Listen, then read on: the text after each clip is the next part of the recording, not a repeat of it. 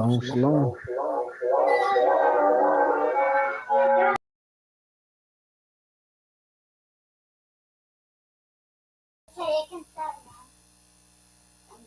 Tomio, all praises. All praises. So yeah, continuing in unity, building on what Maury Mashai brought out last week. Last week we did You Have a Desire. Went through how this desire can disrupt your unity, right? Well, this week you're gonna be digging into it a little bit more. Um, this part of it is know thyself, know thy enemy.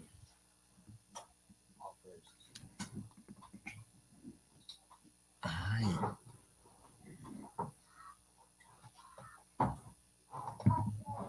All praises. So the scriptures expressed in this study are those of the author and not my own. Your discretion is advised. So in the lesson, um, really overall, right, we've been looking at unity, how the goal of the Torah is to bring unity between those that have been joined to the Father's covenant, right?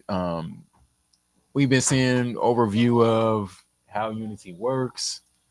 This week we're going to again peel back another layer of the onion, right? So Hebrews 4 and 11, let us therefore do our utmost to enter into that rest, lest anyone fall after the same example of disobedience. For the word of Elohim is living and working and sharper than any two-edged sword, cutting through even to the dividing of being and spirit, and of joints in it and marrow, and able to judge the thoughts and intentions of the heart.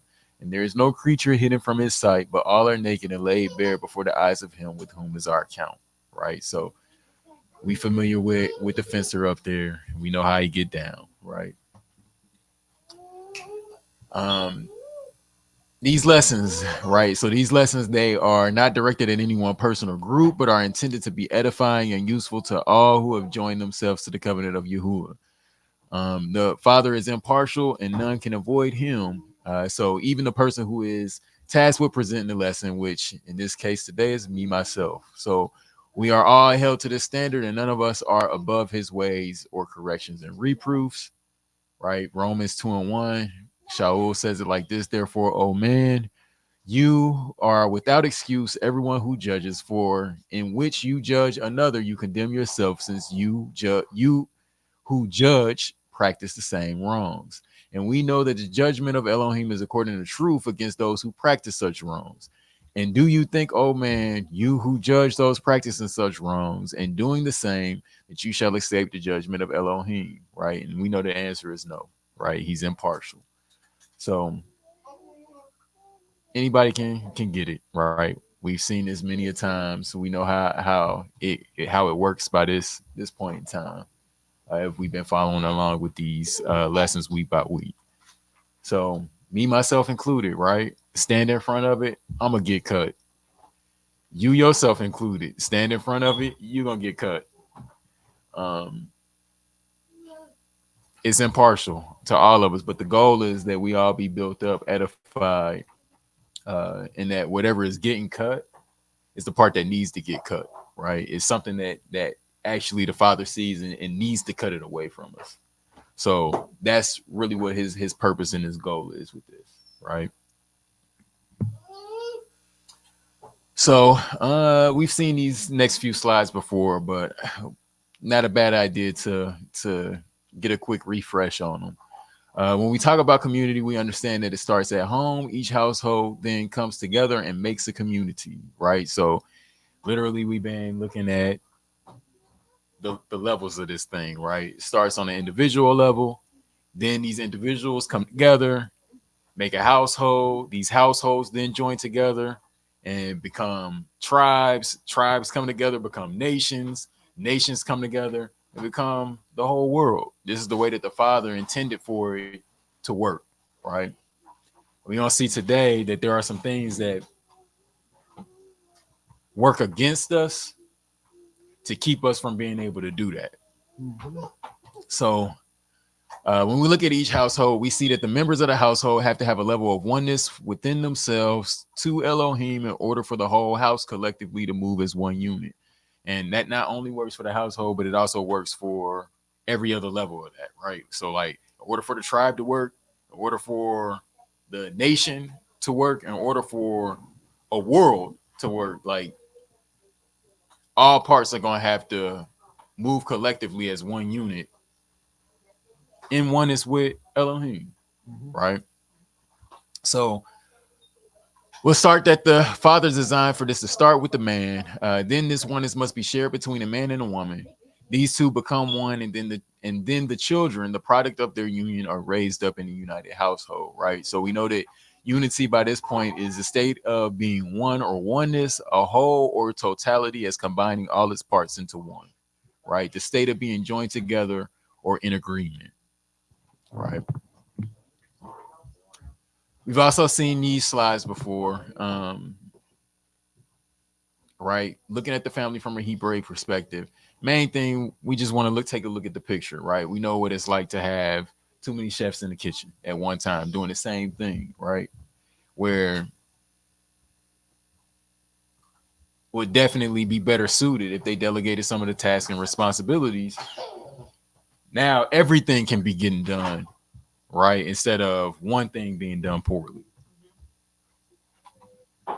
Right. So keep this picture in mind as we continue through the lesson. Because you're gonna see it's funny to me when you look at all of their different expressions, right? So you got the dude giving a pinch of whatever his thing is, little smug look on his face, right? I'll just add this, right? You got dude next to him just looking, he just kind of looked like he minding his own business, like, oh, I bet this would be good in a pot. You got the two in the middle, they beefing with one another, so they under a certain influence of a certain emotion. Then you got the other one, got that I don't care look, right? Like, I don't care, I'm throwing this in there. Take that, right? So just keep all of this in mind and how all of these different personalities, attributes, whatever characteristics, whatever you want to call it, how they can make the deal go bad when it's being worked into the pot, right? So the Hebraic household, or the Hebrew household, consisted of several parts that make up one body called the family. Just as it is with the body, each member of the family is equally important but serves a different function for the body. So, for instance, the hands and the ears perform two completely different tasks, but together bring order to the body, creating wholeness, right? So that's another one of these points to keep in mind as we continue throughout the rest of this series, because we're gonna see that this is one of the things that's gonna get played upon, right?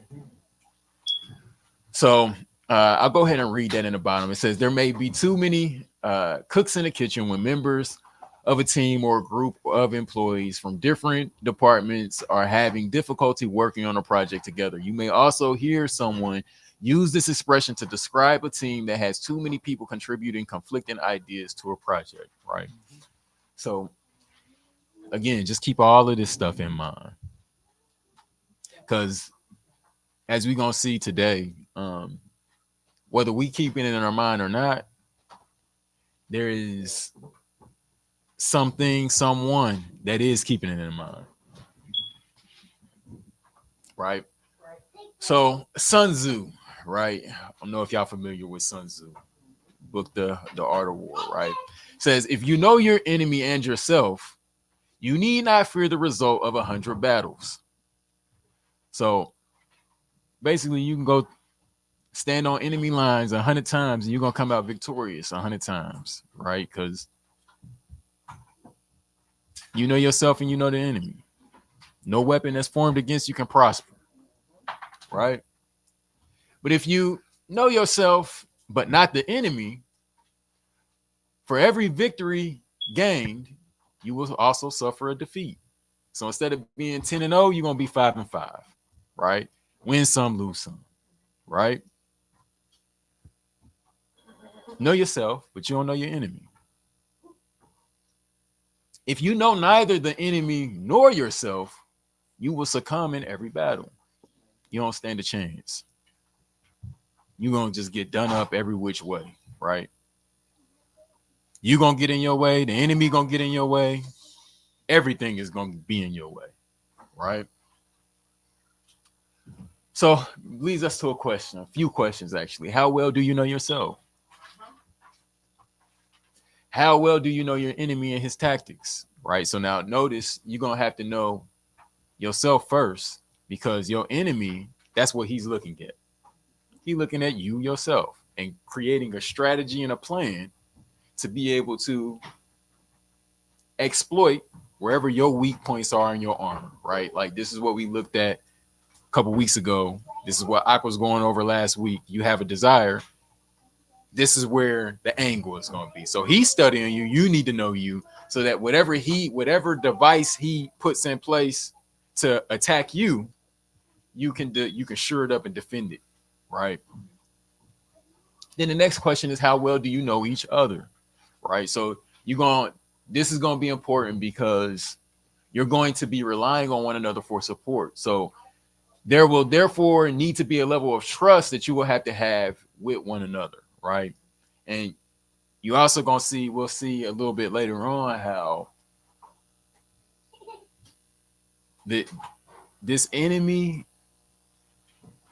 is really, really wise in battle, right? Mm-hmm. So with that being said, this enemy is also gonna know how to play one versus the other, mess with the weak point on one, pull out the weak point on the other, cause confusion, and now instead of them, it's like the Looney Tunes when the big dust cloud come and it's like you just see arms, legs, and feet like fighting, and then like Bugs Bunny would like step out to the side, walk off, and then like the dust cloud is still going on. They still fighting, don't even realize like the enemy done left the scene, and now the work is just being done. They fighting one another now, right?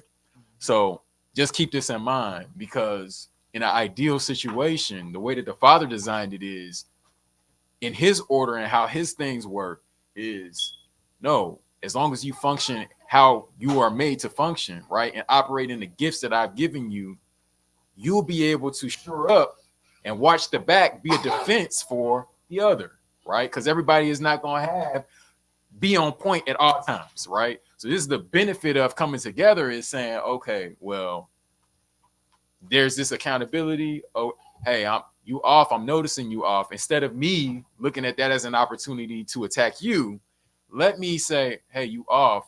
Let me shore that up for you. Let me now operate in these fruit of this ruach, this compassion, this mercy. Okay, we're going to get through this thing. Okay, I see. I'm not going to take that thing personal.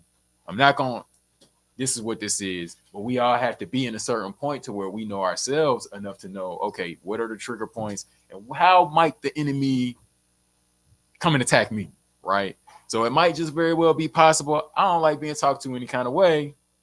That the spouse might talk to me any kind of, or the brother or the sister or whoever might talk to me any kind of way just to get me in this point to where I can't even address and deal with whatever the thing is why they talking to me any kind of way, right? So like very crafty and multi-layered plans. I just put it that way, right? Absolutely. All praises. So enemy's tactics, right? Knowing the enemy. Says 1 Peter 5:8 says, be sober, watch, because your adversary, the devil, walks about like a roaring lion, seeking someone to devour, right? All of this stuff is stuff that we've been going over. We know it, right? We know this. Matthew 13:19 says, when anyone hears the word of the kingdom and does not understand it, then the wicked one comes and snatches away what was sown in his heart. This is that sown by the wayside.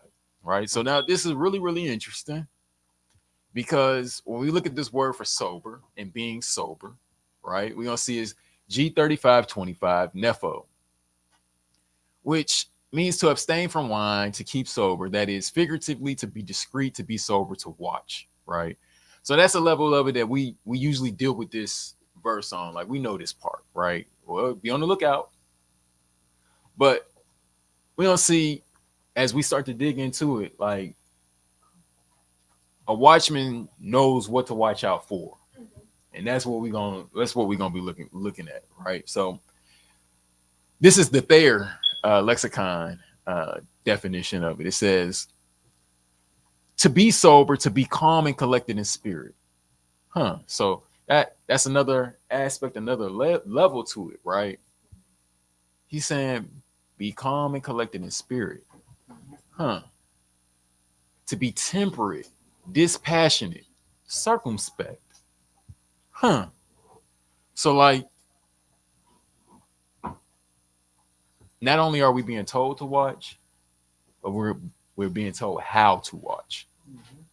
Right? This is how we watch. Right? So just to dig into this a little bit, because me looking at it, I'm like, okay, so to be calm and collected in spirit, to be temperate, to be dispassionate, circumspect, right? Like when we hear a term like dispassionate, it's like I'm not supposed to have passion. Like, uh, look it up, right? To be dispassionate means not influenced by strong emotion, right? So this is literally speaking of having a clear state of mind, right? And so able to be rational and impartial, right? Now it's somehow these lessons like they build on one another, right? Like we did a whole series on just that thing right there, right? Not being partial.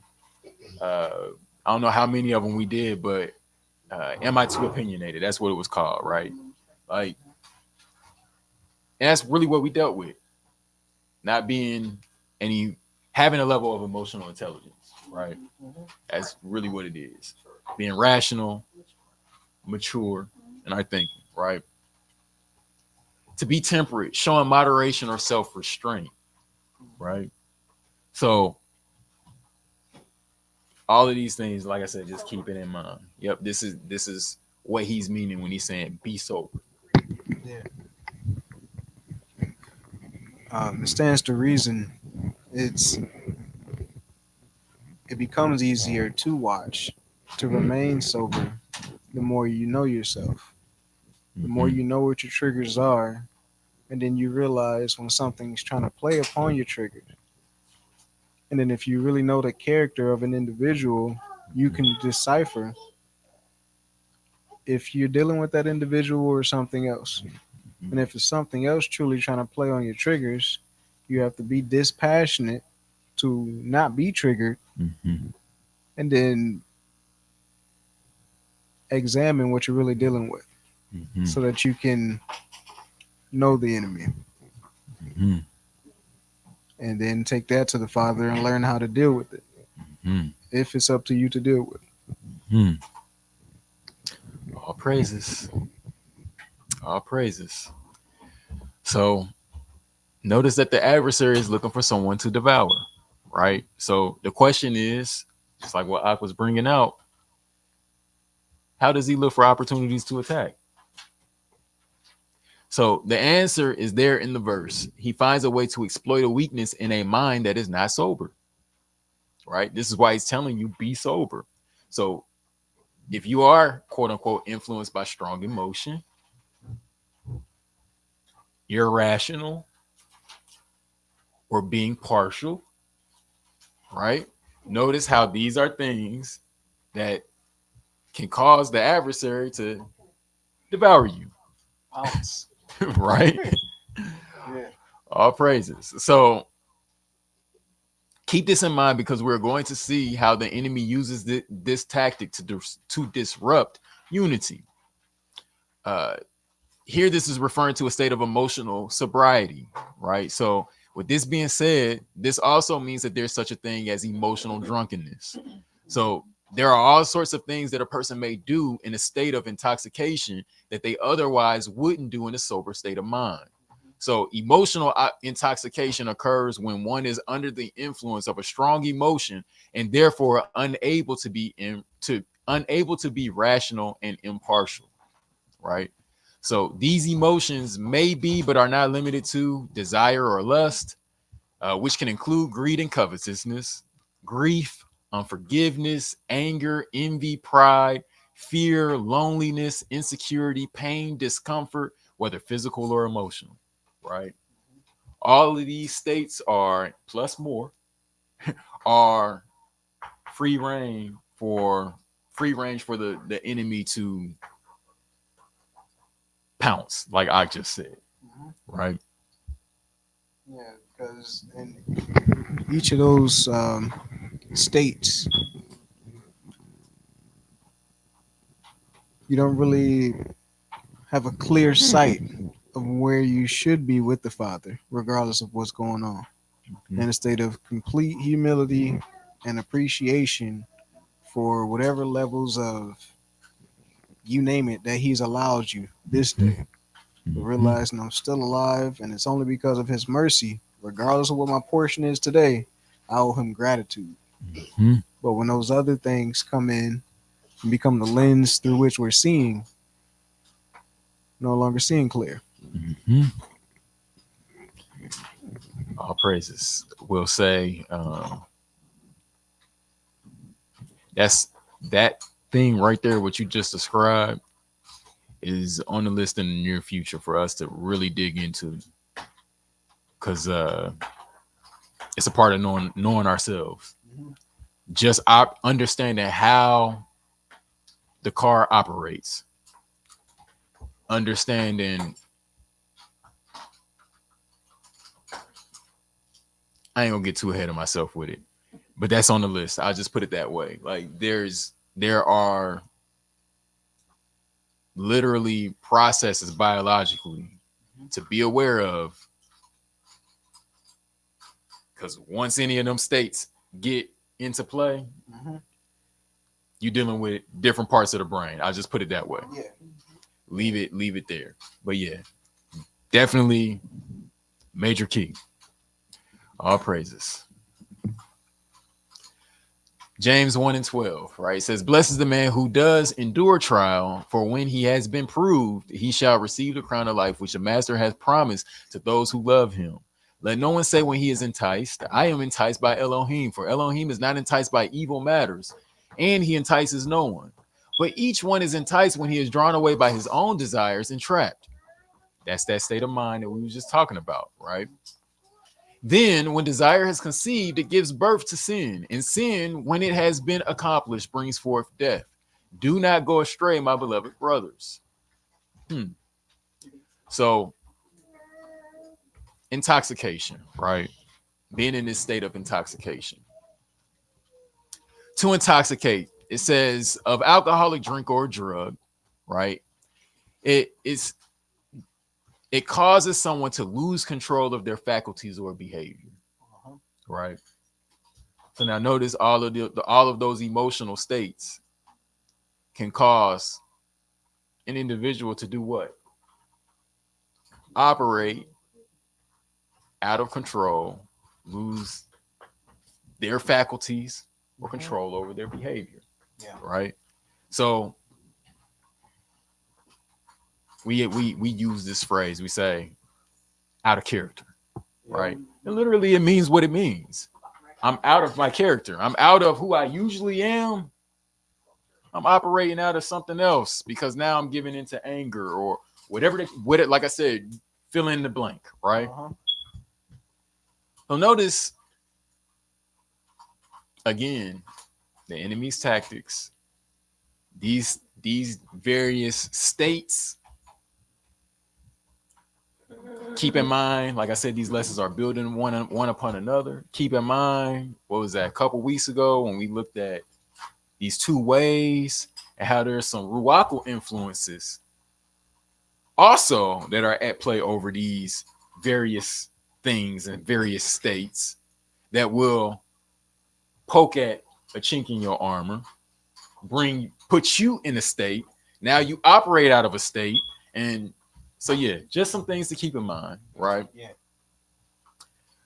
Says to excite or exhilarate someone, right?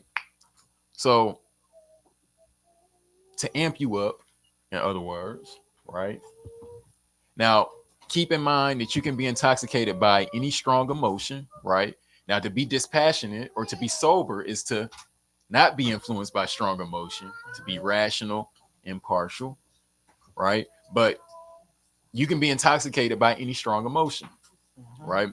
So this can be perceived as either pleasurable or displeasurable, such as trauma, right? So it doesn't have to necessarily be a bad thing that you can be intoxicated by. As far as when I say a bad thing, let me rephrase that. A negative, something that you readily perceive as negative, right?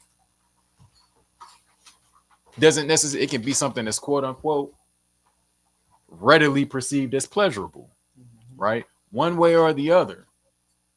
Intoxication, the end result of that thing is going to be what it's going to be. Uh-huh. Just leave it at that, right? There's a reason why in higher levels of sports competition, there's trash talk, there's cheerleaders, and the cheerleaders are not dressed like nuns, and it's all strategy, aiming at intoxicating the opponent. You know, the list goes on because it's a well-known fact that starting in the brain and being expressed through the body, you don't perform at your best when you're intoxicated. All praises.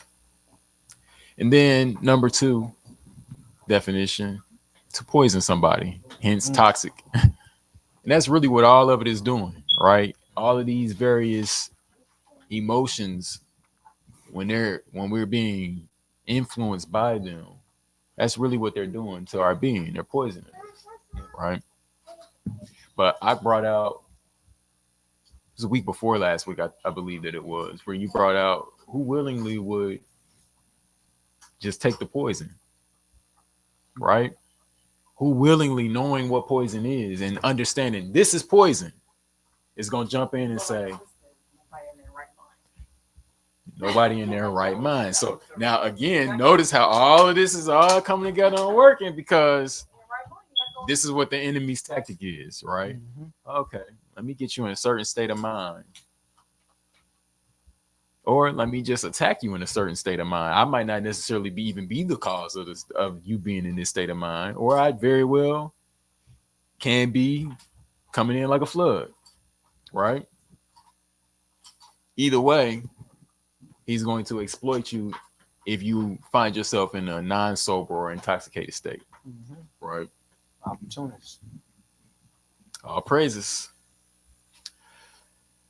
So James chapter 4, verse 1. Again, stuff that we know, right? It says, where do fightings and strivings come from among you? So that means that the unity has been disrupted, right? It says, do they not come from your pleasures that battle in your members? You have a desire. You desire and do not have. You murder and are jealous and are unable to obtain. You strive and fight and do not possess because you do not ask. You ask and do not receive because you ask evilly in order to spend it on your pleasures. Adulterers and adulteresses, do you not know that friendship with the world is enmity with Elohim? Whoever therefore intends to be a friend of the world makes himself an enemy of Elohim. Or do you think that the scripture speaks to no purpose? Does the spirit which dwells in us intensely crave unto envy? But he gives greater favor. Because of this, he says, Elohim resists the proud, but gives favor to the humble. So then, subject yourselves to Elohim, resist the devil, and he shall flee from you.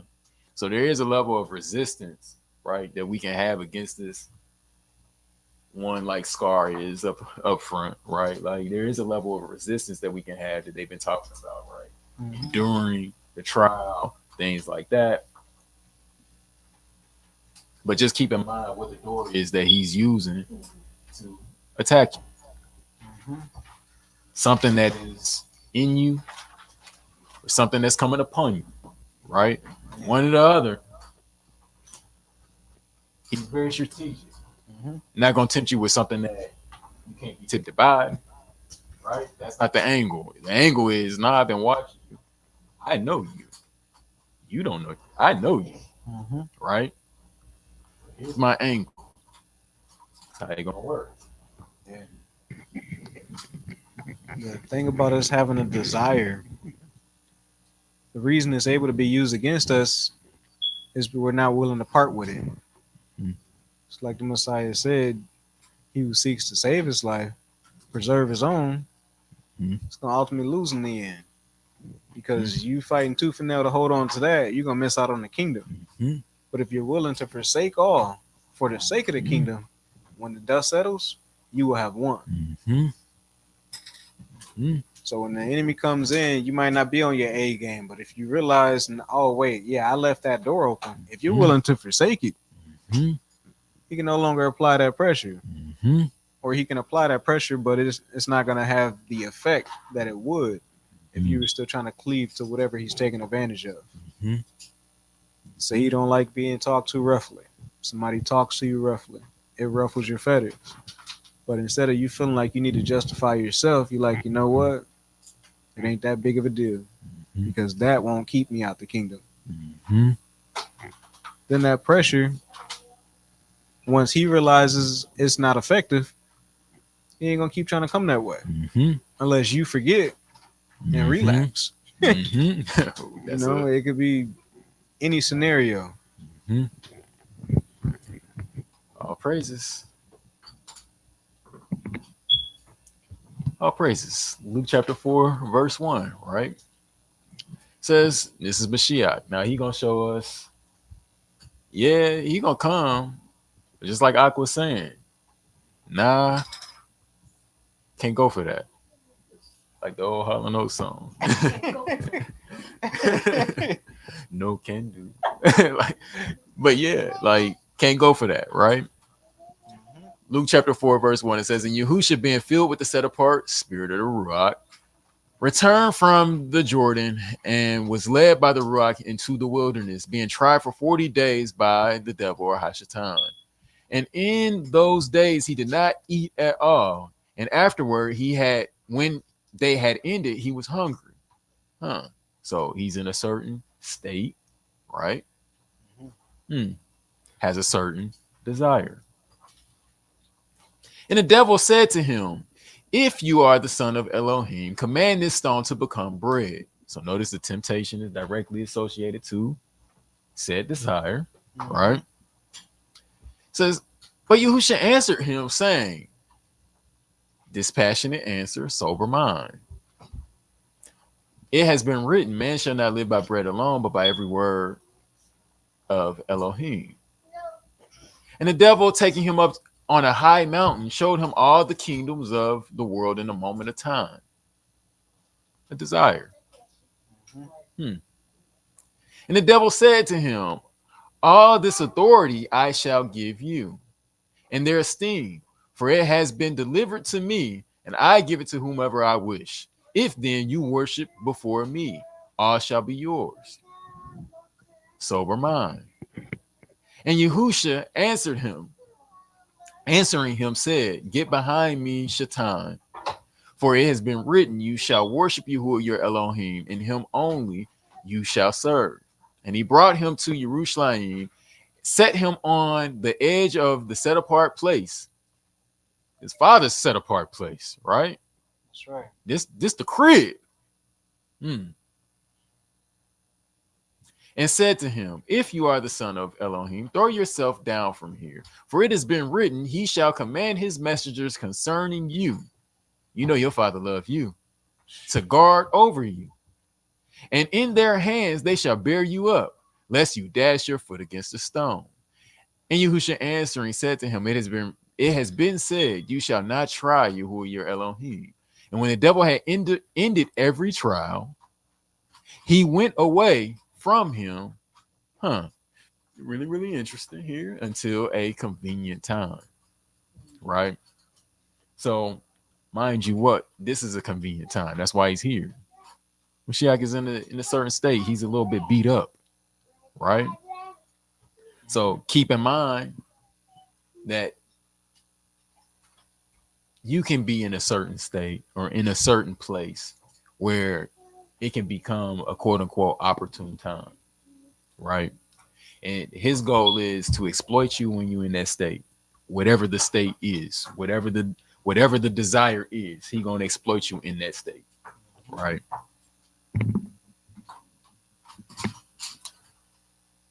All right, so yeah, y'all know me with the visuals, you know. But yeah, they're Tomio.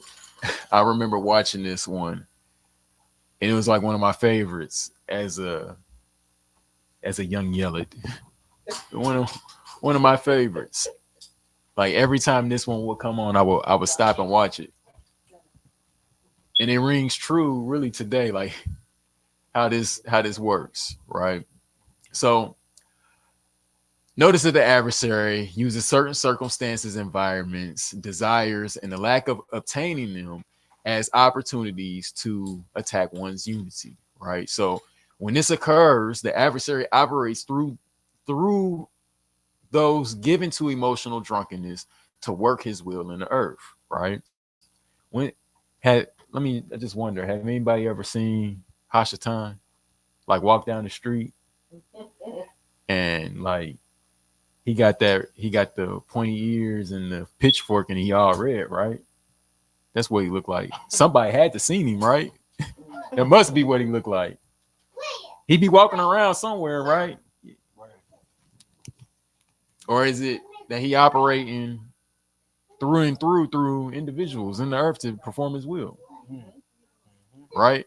Like it's not that he I've never seen anyways. I haven't seen him come down and walk down and force anybody to do anything, Right. right? So just keep in mind what his tactics are: deceit, cunning, trick you out of your own position, play on your emotions. You don't do all of those things Yeah. to find you lacking. Matthew 7:24 says, therefore, everyone who hears these words of mine and does them shall be like a wise man who built his house on a rock. And the rain came down, and the floods came, and the winds blew and beat on that house, and it did not fall, for it was founded on a rock. And everyone who hears these words of mine and does not do them shall be like a foolish man who built his house on the sand. And the rain came down, and the floods came, and the winds blew, and they beat on that house, and it fell, and great was its fall. Right. So now we see in the upper right hand corner here him creeping, crouching, watching, and observing. Right. Salivating on how he gonna devour. Right. See, your house is made out of straw. Come and blow his winds like he do. He don't blow the house down, right? We know the story. What would an example be of a house that's built of straw? All praises. I would say a house that's built on the wrong principles. Exactly. Family value. Ain't nobody gonna disrespect me. Now, when you're trying to make it to the kingdom, surely that's gonna be tried, because the Father's gonna weigh in the balance what's more important to you. Feeling like you're being disrespected Mm-hmm. and setting somebody right, or cleaving to the Father's ways to the best of your ability, regardless of how the winds and the waves blow. Mm-hmm. Mm-hmm. And that could be something that you didn't come up with for your household, but it was sown in you in your youth. Mm-hmm. Now, the right circumstance and enough straws on the camel's back then brought it to the surface. Mm-hmm. But all these things are being sifted from within us. Mm-hmm. Things we do notice there and things we don't notice there, Mm-hmm. so that we might be made fit for the kingdom. Mm-hmm. Mm-hmm. Yeah, a house built on the wrong principles is definitely an example of a house built of straw. Mm-hmm. All praises. All praises. John chapter 10, starting at verse 10. It says, the thief does not come except to steal and to slaughter and to destroy. I have come that they might possess life. That they might possess life. So that means I done came and done what I got to do, but you still got to do what you got to do. Yeah, Right? it's not guaranteed. Just because I did what I was supposed to do, that don't guarantee that you're gonna be there. It just guarantees that I'm in good standing. Basically, like I'm gonna be at the right hand of the Father, right? But you, it's gonna be up to you if you cleave unto this blessing and this opportunity and I offered up before you. Come on. Right? He says, and that they might possess it beyond measure. I am the good shepherd. The good shepherd lays down his life for the sheep. But the hireling, and not being a shepherd, one who does not own the sheep, sees the wolf coming and leaves the sheep and flees. And the wolf snatches the sheep and scatters them.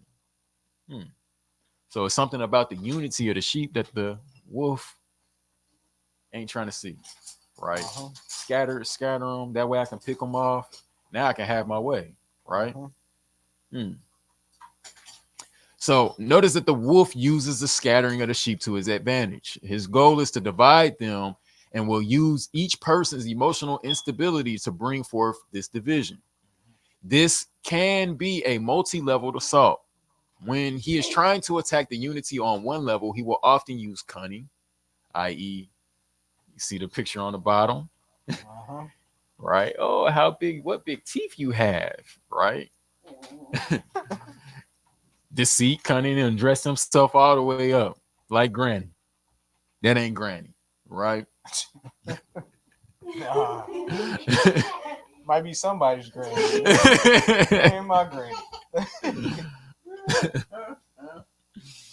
Right, but he'll use cunning, deceit, and his craftiness to attack another area, right? So if he wants to spoil the whole house, he will bind the strong man alone, because otherwise the whole house may stand together against him, right? If he wants to attack one's oneness with Elohim, which ultimately is always his goal, right? He might not challenge you on the level of your theology, right? Like that might not necessarily be the direct approach, right? You're gonna stand up just like we saw with Job's friends, right? I'm standing on business, right? But he might try come and attack you another way, get you out of character, right? He might attack the union between the man and a woman. Because I know if I can get you distracted with that, I could pull your whole mind off of Elohim. Because now you treating her wrong or you treating him wrong, you put the Father in a situation where he gonna have to deal with you, right? So now notice how he gonna use multi-layered, multi-level assaults to get his man, right? Or one's mental sobriety or their own mental sobriety by unsettling circumstances, right? Yeah. So it might not necessarily be that one is at odds with one another. It might be the circumstance that is bringing it out, right? Now, this circumstance is, wife, I know you're doing the best you can with what we got. Yeah, husband, I know you're doing the best you can with what we got. But it ain't changing the fact that the situation is what it is, right? We still struggling and ain't got. And now that's the angle that now we got that dust ball fighting against one another, warring against one another. Now it's all kinds of miscommunications or things not being communicated, being interpreted the wrong way. All of this kind of stuff that's at play, taking hold in the household that now he having his way. Yeah, because the one place that you may have, depending on your relationships, the one place you may have to get some peace or to get some shalom, some calm in the storm, is now no longer appeasing when it comes to shalom. And you don't protect yourself in areas that you don't think need defending. And they say it's the punch you don't see that knocks you out. So yeah, it may not be the first move, but in 2 to 3 hit combo, that whammy's usually coming from somewhere close, because he's been working on both sides trying to get you to operate by his influence. I think that's part of the reason we haven't seen him, because he ain't trying to get us to shake hands with him. He's trying to get us to carry his influence like a woman carries a seed. All praises. Like, don't ever get it twisted. He hates you. You repulse him. He don't want to be next to you. Don't want to like he can't stand you. So yeah, it definitely ain't trying to shake hands with you. That ain't it. That's not why he trying to get close to you. All praises. I just thought about when we do have that emotional instability. I think it's good to respectfully and kindly remove ourselves from the situation if we see ourselves not thinking clearly. Um, Number one thing is to be honest with ourselves, um, and don't ignore the signs of our emotional um, instability. And then don't be too prideful to make yourself higher than what you are. Be honest. I am unstable right now. I need a moment. I can't, I just need a moment. Um, we can stay humble in that way and then just get ourselves together before we do or say something that can cause pain or hurt to someone else or something that we may regret. um, and then if the person that we know is seeing our instability and then they tell us, don't be afraid to look in the mirror and really listen to what that person is saying, you know, especially if it's out of love. And then look, the more it was saying last week about you have a desire, I think that sometimes we can ignore our desires. I think that it's important to acknowledge them and then test to see if they line up with the ways of Yahuwah. If not, then remove whatever desires that are not of Yahuwah. You know, do self evaluations. A lot of times it's like we want to mask or pretend that we don't have the desires that are in us, but you do. Just acknowledge it and then work your way toward removing, the evil and keeping the good. I think that's the first step is acknowledgement, acknowledging.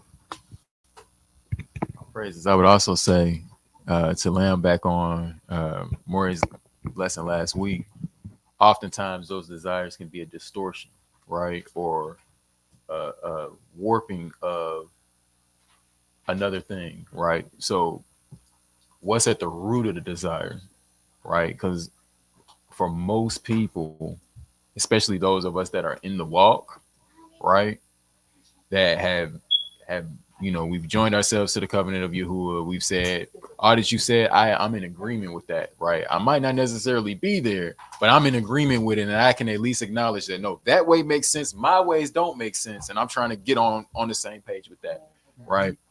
What can happen is there may be a desire that is being warped, distorted, right? It may be rooted in something innocent, but manifesting in a way that is warped or distorted because a falsehood has been blended with it, right?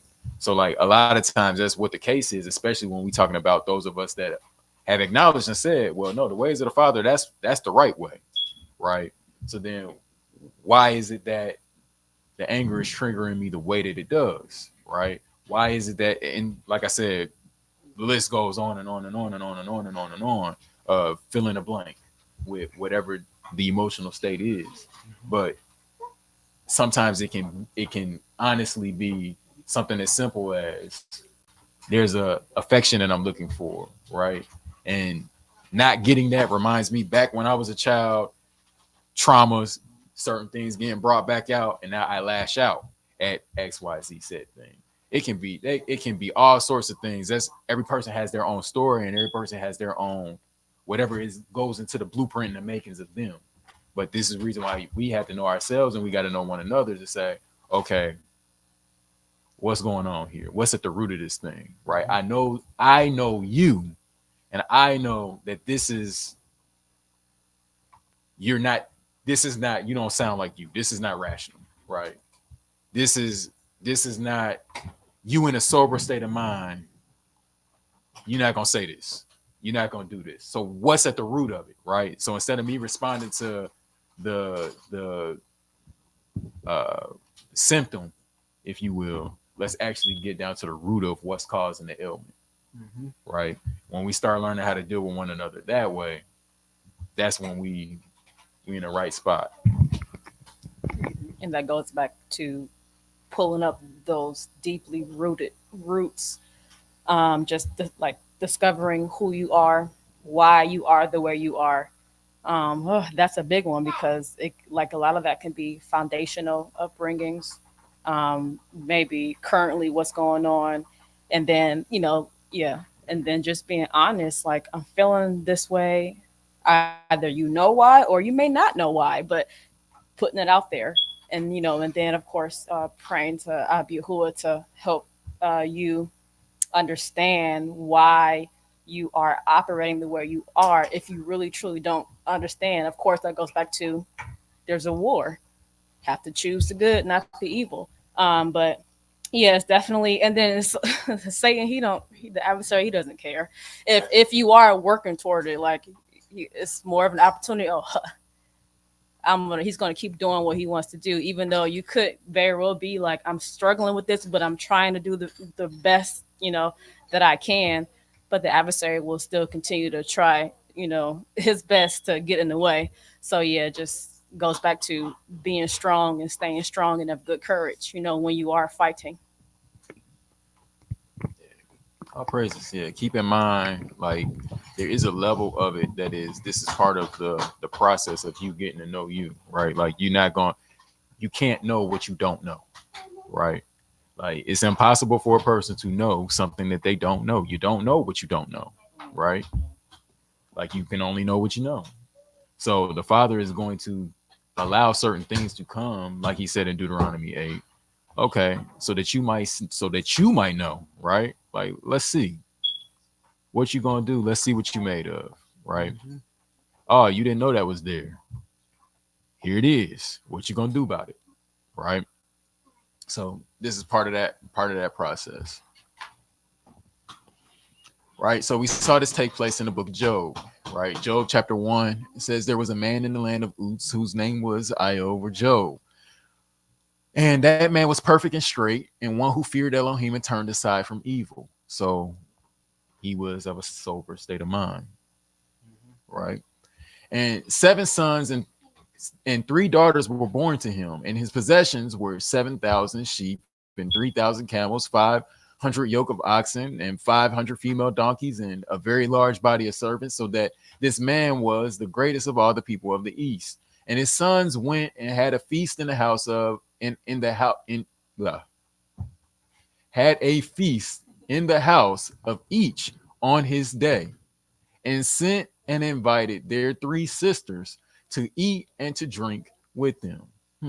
So eating and drinking, and it's something about the kind of eating and drinking that they doing that might be also the same kind that was being done in the days of Noah, that floods came and they weren't ready, right? Certain state of intoxication, a certain level of intoxication that people might be under the influence of, right? Obviously, I'm using this as symbolically, right? Like, it ain't gotta be flat out 100%, 100 proof alcohol. That ain't what I'm getting at here, because intoxication, as we've been going over, can come in all different forms, right? So it says, and it came to be when the days of feasting had gone round that Iob would send and set them apart, and he would rise early in the morning and offer descendant offerings, the number of them all. For Iob said, it might be that my sons have sinned and cursed Elohim in their hearts. This Iob always did. And the day came to be that the sons of Elohim came to present themselves before Yahuwah, and Shaitan also came among them. And Yahuwah said to Shaitan, from where do you come? And Shaitan answered Yahuwah and said, from diligently searching in the earth and from walking up and down in it. And Yahuwah said to Shaitan, have you considered my servant Job, that there is none like him on the earth, a perfect and straight man, one who fears Elohim and turns aside from evil? And Shaitan answered Yahuwah and said, is Iob fearing Elohim for naught? How sober is his mind? Right? when you take that away, will he still be able to see clearly? It says, have you not made a hedge around him and around his household and around all that he has on every side? You have blessed the work of his hands, and his possessions have increased in the land. But stretch out your hand, please, and strike all that he has, if he would not curse you to your face. Right? Jumping to verse 13. And the day came to be when his sons and daughters were eating and drinking wine in the house of their brother, the firstborn. And a messenger came to Iob and said, the oxen were plowing and the donkeys feeding alongside them when Sheba fell upon them and took them away. And they struck the servants with the edge of the sword, and I alone have escaped to inform you. While he was still speaking, another also came and said, the fire of Elohim fell from the heavens and burned up the sheep and the servants and consumed them. And I alone have escaped to inform you.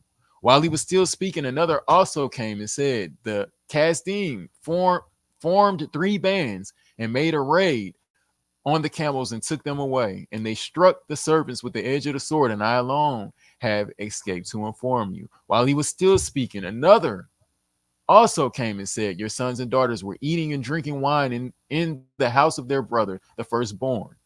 And see, a great wind came and from the wilderness and struck the 4 corners of the house, and it fell on the young men, and they are dead. And I alone have escaped to inform you. It's like that picture. Then Iob rose up and tore his robe and shaved his head, and he fell to the ground and did obeisance. And he said, naked I came from my mother's womb, and naked I return there. Yahuwah has given, and Yahuwah has taken away. Blessed be the name of Yahuwah. That's a sober mind. My goodness, that's a sober mind. To not have been intoxicated by this quote unquote strong emotion in that situation. Flat out warfare. I'm gonna be honest. The footmen trip me up. Like on a day-to-day basis. The footmen trip me up. Yeah. And he got tanks and atomic bombs being dropped on him. And yet he can still see clearly enough through it all to keep his eyes on the prize. That's the goal. I just wonder how many times is it the same for us that the father is saying, well, have you tried my servant so and so? You know what I mean? It just goes back to sometimes we like to blame the adversary for everything, but it's tough to answer it the way Iob did, you know, because it's not always, you know, the tricks and the deception of the adversary. You know, Yahuwah allows things to happen, you know, and it's tough to just be in the right mindset. It can be hard, but definitely good to practice being in the right mindset when circumstances come about. Multi-layered plans. Like, keep in mind that the adversary didn't care nothing about none of the possessions, nor did the father, nor did Job, right? Like, the possessions was just the avenue to try to get to the Ruach, right? To get you to air in your thinking, get him to air in his mind, and to accredit evil to Elohim that was not due to Elohim. That's where the trick came in, right? To get him to slip up and to turn to transgression and sin, iniquity, instead of keeping his eyes on the prize. That's what the whole conversation was about. And it was whatever I got to do to get this out. Well, that's what I'm going to do. And he just throws whatever he can throw at him. Like, he wasn't being partial on, like, that's not what it was. It wasn't that he cared about the possessions. Like, he stole the possessions for himself. That's not what that is that's going on, right? Like, this is just the avenue of how can I get what's on the inside of that person, the soul, the thing that won't perish. How can I get that, right? Right. I'm gonna get him to put down the kingdom Mm-hmm. that's supposed to be found within you. Hmm. That focus, that mindset Mm-hmm. that's supposed to be dictating our meditations, our words, and our moves. Mm-hmm. Like for us, he might not come and take away a bunch of possessions, but if he can convince one of us that someone else is trying to take away our respect, Mm-hmm. assassinate our character, strip away our dignity, Mm-hmm. how are we gonna behave then? Mm-hmm. Where do our meditations go? Mm-hmm. Do we instantly go to 10 and now we're ready to fight? Mm-hmm. Are we stewing over how we gonna get somebody back? Mm-hmm. Like these are the types of things that are being examined. Mm-hmm. Mm-hmm. But it's not to give the right answer. It's to stay there Mm-hmm. and live the right answer. Mm-hmm. Endure unto the end. Mm-hmm. So your time is up.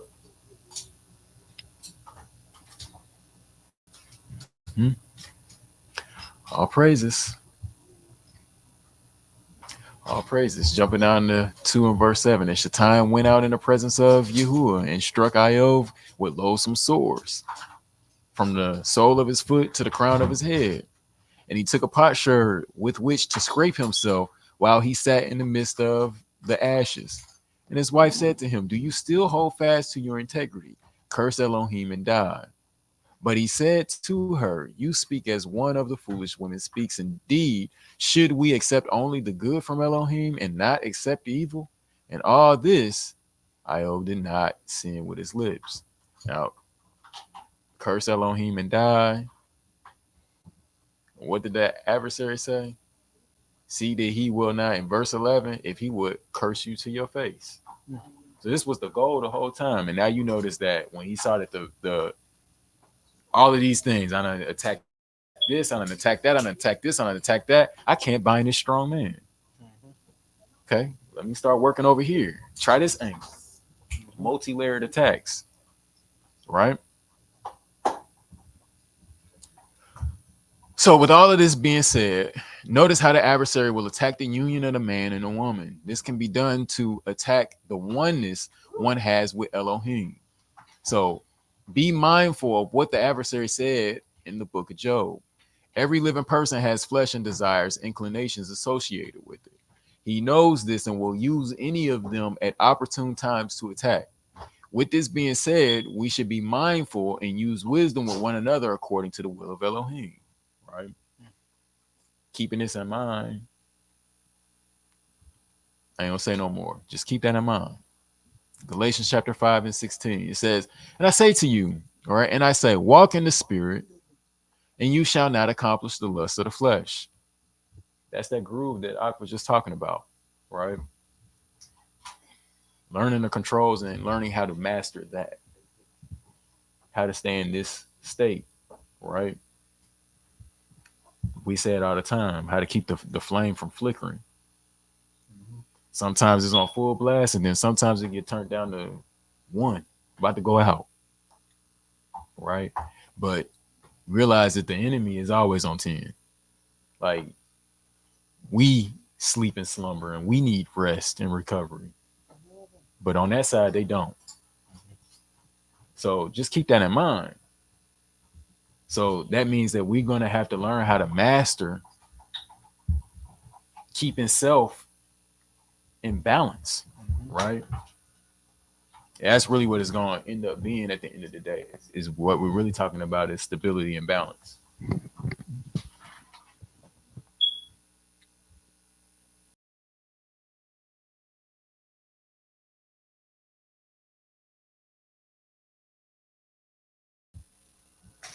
It says, for the flesh lust against the spirit, and the spirit against the flesh, and these are opposed to each other, so that you do not do what you desire to do." Is that rational? Is that logical? So that means being in a state of a strong emotion is preventing you from doing the thing that you yourself know you want to do, right? Intoxication. Nobody gets behind the wheel drunk, tear up some stuff, or worse. in a sober state of mind, that's what they thinking about, right? Is the intoxication is why they even made that decision to begin with. Why that decision made sense. So this is the reason why, like I said, mastering staying in that space is important. Yeah, for me, because I cannot speak for everybody else, but for me, the only way to get in that place is to recognize your weaknesses and your frailty. That's what leads to an impulse to continually strive to cleave unto the Father and unto His mercies, knowing that you ain't gonna escape judgment in your own strength because of how great you are or anything like that. It's only in your submission and humility unto the Father. And part of that submission and humility is being willing to endure whatever He sends your way, trusting that He's gonna bring you through as long as you've done what He's tasked you to do. That part. Like you can't ignore your weaknesses and stay in that groove. Mm-hmm. Just like that saying by Sun Tzu, Mm-hmm. you don't know yourself, you'll get mollywopped every time. Mm-hmm. You don't know you ain't got no defense. Mm-hmm. That you need to establish some distance between somebody trying to strike you. Mm-hmm. You're about to get jabbed up Mm-hmm. because you're thinking you got something that you don't possess. Mm-hmm. We can't afford that. Mm-hmm. 100%. What I say is in full agreement with that. I ain't never really seen it no other way. You know what I mean? Like from my personal experience, I haven't seen it any other way. Like the equation has always been with me pretty simple. Well, you ain't doing XYZ, XYZ, XYZ. Okay, well, go out there on your own and get whooped up. Right? Like I've never known it to be any other way. You got it. Well, go ahead. Mm-hmm. But anytime that I've been in a state where I'm submitting myself and my will to the Father, whatever I didn't have and whatever I lacked, don't worry about it. I can cover that. Mm-hmm. Right? So, yeah, I wish that I don't wish. There is no other way that I can tell you that it works. Like, submitting to the Father is the only way that I know that it works. That's it. The adversary will attack the union of the man and the woman. Goes with the title, Know Thyself, Know Thy Enemy. I think a lot of the marriages think that their enemy is within the union when it's not. So know your enemy.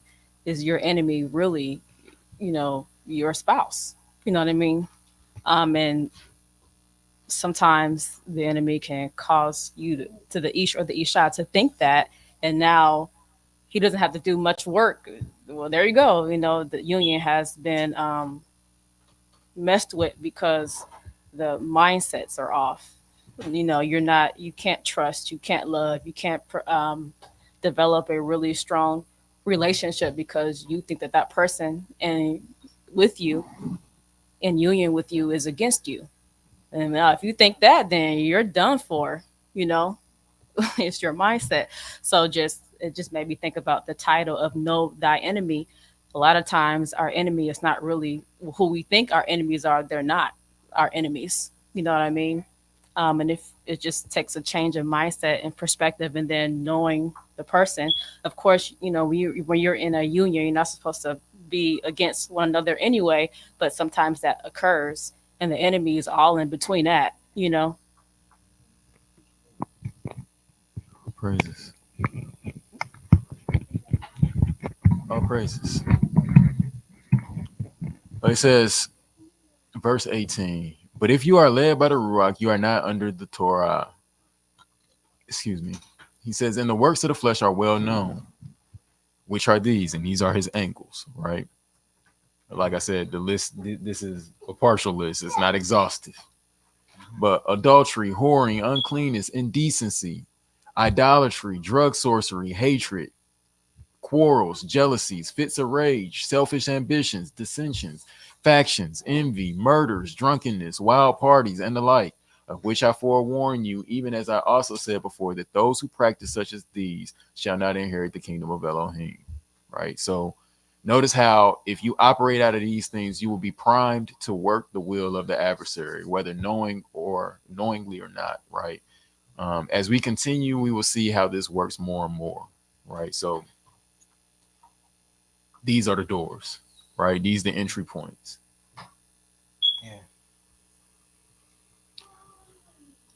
To the Koti's point, looking at that list that starts at verse 19, if we realize that the enemy is the influence of these behaviors, and all these behaviors have a root that start with an idea in the mind.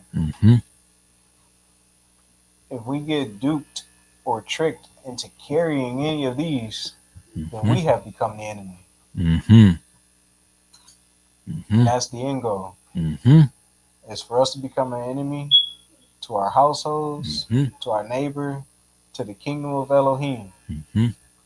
So we are granted no entrance, not into enjoyment, maybe to be an open spectacle, but yeah, watch out for becoming any of those things, knowing that it's not going to come through the front door, labeled, easy to identify. It's going to try to creep in when you at your worst, when you at your weakest. All praises. And that was a tough point because at that moment, Job's wife was the enemy in the union. So that's an excellent point because in a righteous relationship, you're not supposed to be enemies, but sometimes that's true. You are the enemy, and you have to say, "Get behind me, Satan." You know, like The very thing that he spoke, what she spoke. Then notice his friends come along, same thing, right? Yeah. And it's not so much to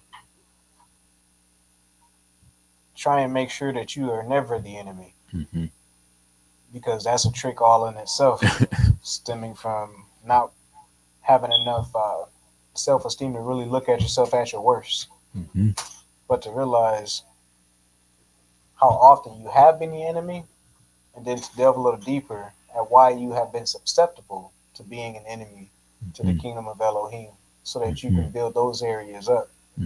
Like personally, I've gotten tired of being the enemy, and it draws me more closer unto him to find out, okay, Father, can you show me why?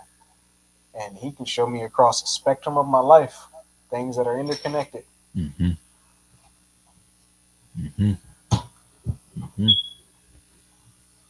All praises. All praises. Matthew 26:30 says, and having sung a song, they went out to the Mount of Olives. Then Yahushua said to them, speaking to the disciples, all of you shall stumble in me this night, for it has been written, I shall strike the shepherd, and the sheep of the flock shall be scattered. But after I have been raised, I shall go before you into Galilee. And Kepha Peter answered and said to him, even if I stumble in you, I shall never stumble. Yahushua said to him, truly I say to you that this night, before the cock crows, you shall deny me 3 times. And Kepha said to him, even if I have to die with you, I shall not deny you. And all the taught ones said the same too. So he wasn't the only one that said this and that was on this wavelength, right? He gets the attention, but he wasn't the only one that was thinking like this. Yeah, I'll never be an enemy to the kingdom of Elohim. But instead, we should say, all right, Father, well, in which area will I stumble? Do I have enough time to build that up? We're gonna see, because I mean we've gone over this before, right? Like something happens after this conversation that was his opportunity to do just that thing, but because he didn't see it, he didn't put in the work. So now notice what I'll say is this: the core of what he believed was right was a sober thought. Yes. That's the right answer. Absolutely. No, I won't. Right? Like ideally speaking, I don't want to. yeah, that was the thing, right? But we gonna see, yeah, some strong emotion is gonna come and gonna cause them to operate in the mind of drunkenness. Yeah. And really we see that it's already operating at a level. There's a level of it operating here of some drunkenness in some other areas, some pride, some other things like that that's going on. Where if he had been in a sober state of mind, he would have been like, okay, so then what is it that you seeing? I don't see it, but what is it that you're seeing? Show me so that way I can XYZ. Because I know what my goal is. And in a sober state of mind, I want to the end. Right? Yeah. All praises. So the word for scattered, right, is G1287. Diex Corpizo. I believe that this is where we get I think this is where we get like maybe diaspora from. But yeah. So it means to dissipate. That is to rout or separate. Specifically to winnow, figuratively to squander, disperse, scatter, abroad, to strew, to waste. To winnow, right? Right. Yeah. Separating the shade from the sun. Yeah. Cause the worthless parts to dissipate. All praises. Then I just threw a Hebrew word for scattering up there, right? This is basically the same thing, but H65O for parad, right? It means to break through, that is to spread or separate oneself, to disperse, divide, to be out of joint, to part, to scatter abroad, to separate self, to sever, to stretch, to sunder, right? So this is interesting because at this point they are in what seems to be a sober state of mind, right? Now we know that Kepha ended up responding, but I wanted to take a moment to look at what occurred. So notice in this moment, before he is overcome by fear, he declares his unity to Mashiach. But let's see what will happen at the opportune time. Yeah. Right. So Matthew 26:36, right? It says, then Yahusha came with them to a place called Gethsemane and said to the taught ones, sit here while I go over there and pray. And he took with him Kepha or Peter and the two sons of Zebedee or Zabdi, and he began to be grieved and deeply distressed. Strong emotion, right? So now we're going to see that this is a quote unquote what? Opportune time. But we're going to see that even through this, he's not going to be swayed by the strong emotion, right? The wind and waves going to blow, but they're not going to blow his house down, right? So then he said to them, my being is exceedingly grieved, even to death. Stay here and watch with me. Watch my back. Don't let me slip up. So that's one tip, right? Knowing yourself. I'm off, like you were saying earlier. I'm off. I ain't thinking logically right now. I'm not thinking right. Right? I'm under the influence of whatever emotions. Watch my back. Stand with me. Right? If I get to veering off too much, reel me in. Talk me off the ledge so I don't jump. Right? Yeah. But what happens is oftentimes the adversary will do what? Play you in that state against one another. And now you are now in that, instead of having your back, now you operating, why don't you just curse yourself and die? I'm tired of this. So whatever happens, keep trusting the Father so that he might be pleased to receive. And then having the maturity to be like, you know what? If someone is talking to you, like the example, I'm talking sideways, the maturity, the mature response would be, okay, okay, I see that you a little off right now. I see that that you're responding this way. I'm a, give you a second. I'm a, I'm going to walk away, or asking, do you need a second? Instead of, who you talking to like that? Who you think you are? You know what I mean? So it goes back to what you were saying earlier, being mature. Sometimes, as they say, you have to be, well, most times, be the bigger person and not be um,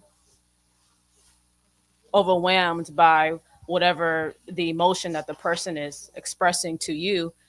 Be like, okay, no, I'm going to not allow it to get me in a certain state, you know, and kind of overlook it per se for the moment until you're able to have that conversation with that person, or maybe until the person's able to come back to you, whatever the case may be. But sometimes, we don't always have to respond.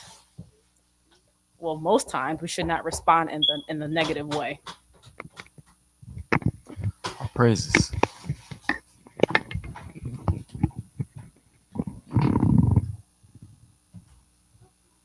All praises. Where we at verse 39 says, and going forward a little, he fell on his face and prayed, saying, "O my father, if it is possible, let this cup pass from me, yet not as I desire, but as you desire." Right? So notice, what did I say, or Maury say last week? You have a desire. What has been the premise of it is submitting that desire and that will to the Father, right? Yes, I have this desire. He acknowledged it. Yeah, I got this desire. But nonetheless, your desire, not my desire, right? It says, and he came to the taught ones and found them asleep and said to Kepha, so you were not able to watch with me 1 hour? Huh. And that's deep, because that could still, the adversary is moving within that, right? What I'll say is, sometimes you can find yourself in this state trying to hold on for dear life, right? Crying out for help the best way you know how.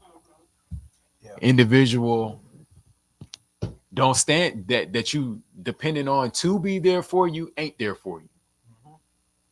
Now you've been tricked out of your position, right? Because now I'm angry and I'm mad with you, right? Disappointment. Hmm.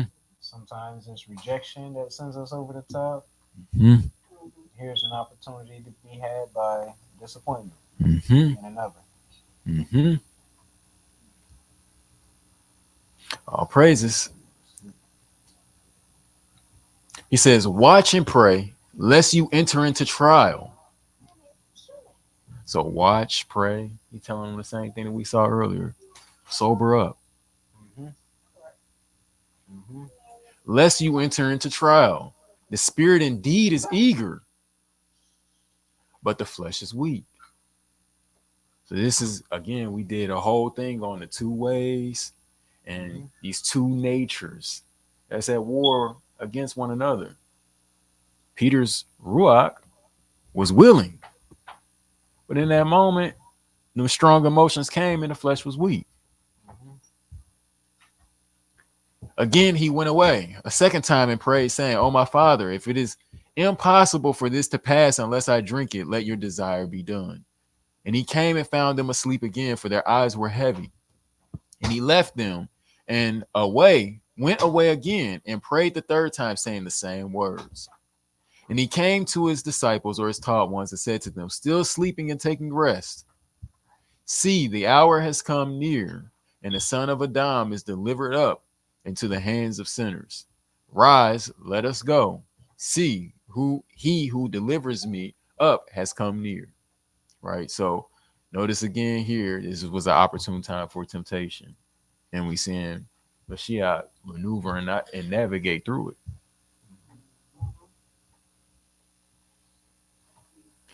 Jumping down to verse 69, it says, and Peter sat outside in the courtyard, and a servant girl came to him saying, and you were with Yahusha of Galilee. But he denied it before them all, saying, I do not know what you say.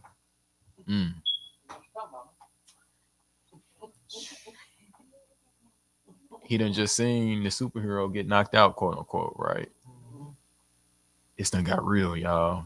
The thing that I never thought really was going to happen and I never took serious, it is happening.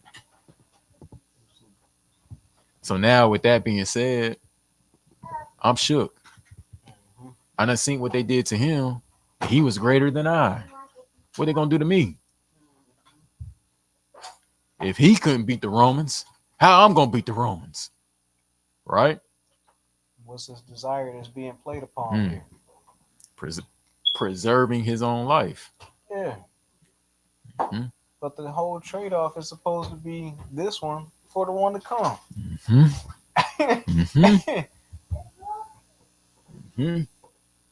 Yeah, it's deep.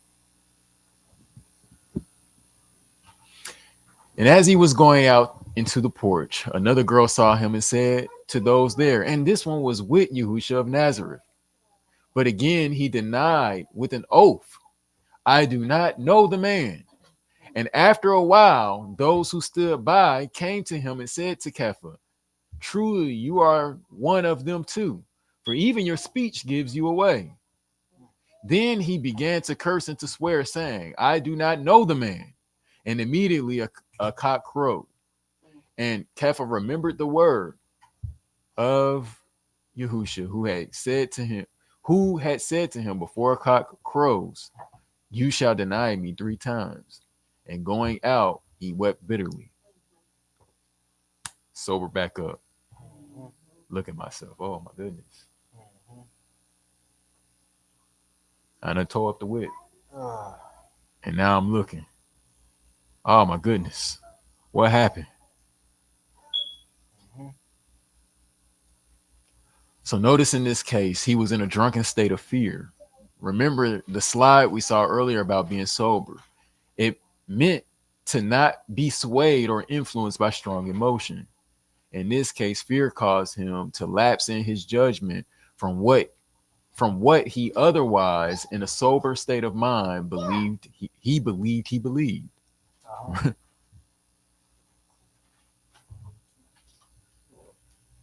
Ephesians 4:17, right? It says, so this I say and witness in the master that you should no longer walk as the nations walk in the futility of their mind, a drunken state of mind, having been darkened in their understanding. Remember what we saw earlier, right? The enemy comes and pulls away what was sown when one does not have understanding, right? Now you can't muse over it and stumble upon the reason on why it makes sense. It's not even in your meditation. Having been estranged from the life of Elohim because of the ignorance that is in them, because of the hardness of their heart, who, having become callous, have given themselves up to indecency to work all uncleanness with greediness. But you have not so learned Mashiach. If indeed you have heard him and were taught by him, as truth is in Yahusha, that you put off with regard to your former behavior, the old man being corrupted according to the desires of deceit. So there's some falsehood there. And to be renewed in the spirit of your mind, that you put on the renewed man, which was created according to Elohim in righteousness and set apartness of the truth. Therefore, having put off the false, speak truth, each one with his neighbor, for we are members of one another. Be wroth, but do not sin. Do not let the sun go down on your rage, nor give place to the devil. So something about these states, right? Notice here that being in a drunken state of mind, or having an understanding darkened, desires of deceit, and being in a state of rage can give place to Hashatan. Notice in verse 25, Shaul says the reason to put off these things is because we are united one to another. So again, keep all of this in mind because we will see how these things will be used as angles to disrupt the unity. Mhm. This is how the flock is scattered. This is how the marriage is scattered, right? Uh-huh. So here Shaul is going to point out how sadness, grief, and unforgiveness can be used by Hashatan to take advantage of us, and that we shouldn't be ignorant of his devices, right? So in Second Corinthians 2:1, he says, "And I decided within myself not to come to you again in sadness," right? Reading First Corinthians is give you all the answers you need to know about the Corinthians, right? he has some pretty stern words for him in his first letter, some pretty hefty corrections in his first letter, and they was dealing with some stuff in his first letter, Yeah. right? But now there's a shift that has taken place where some corrections are being made, and now he, after I gave him a little bit of space to figure it out, now he's revisiting it. But he's also gonna let them know why it's been so long, why I ain't just hastily come. And it's interesting because keep this in mind that the Father deals with us in the same way, right? Sometimes it's nah, I'm not gonna go with y'all into the land because if I go with y'all to the land right now, I'm destroying all of y'all, Yeah. right? So for that, with that being said, here go these 40 years, get your act right, right? Like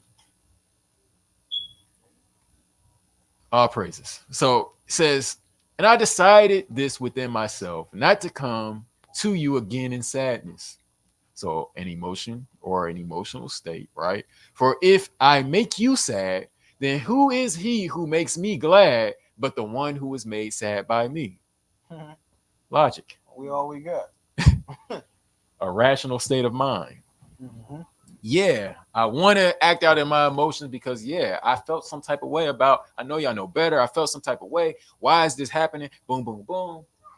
I ain't gonna be nothing but grieve when I come around because I'm gonna be seeing y'all at this low state. But instead of me holding you at your lowest against you, maybe I can operate in some wisdom, give it some time, and give you an opportunity to straighten it up because we all we got. And if I put the foot on your neck, then how I'm gonna be able to depend on you when I need a hand, right? So it says, and I wrote to you as I did, so that having come, I might not have sadness over those from whom I should have joy, trusting in you all that my joy is that of you all. For out of much pressure and distress of heart I wrote to you, and with many tears, not that you should be sad, but that you might know the love which I richly have for you. But if anyone has caused sadness, he has not made me sad, but in some degree you are, not to be too harsh. Right? So, in other words, in this instance, some corrections have been made, obviously, right? Operate in the compassion, operate in the mercy, right? For such a one, this punishment by the many is sufficient. So that, on the contrary, you should rather forgive and comfort, lest somehow such a one be swallowed up with too much sadness. So instead of being able to reel them back in, you don't push them off the deep end. You pushing them off the cliff. Yeah. Right? And the enemies count on us to do that one to another. Like, don't heal them, kill them. Mm-hmm. Kill them. And then Mm-hmm. when you sober up, you're going to kill yourself. 2 for Mhm. 1. Mm-hmm. So I appeal to you to confirm your love to him. Besides, I wrote for this purpose also, that I might also know the proof of you, if you are obedient in all matters. And whom you forgive any matter, I do also. For indeed, if I have forgiven any matter, I have forgiven that one for your sakes in the sight of Mashiach. Notice what he's gonna say. Lest Shaitan should take advantage of us. For we are not ignorant of his thoughts or his devices, right? So this is one of his tactics and one of his angles. Uh-huh. Can't get him this way. I'm gonna get him this way. Right? Levels to these assaults. Indeed.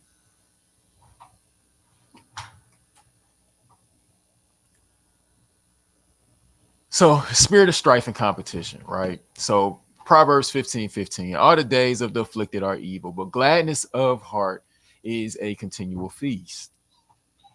Better is a little with the fear of Yahuwah than great treasure with trouble. Better is a meal of vegetables where love is than a fatted calf with hatred. A man of wrath stirs up strife, but he who is patient appeases strife. Huh.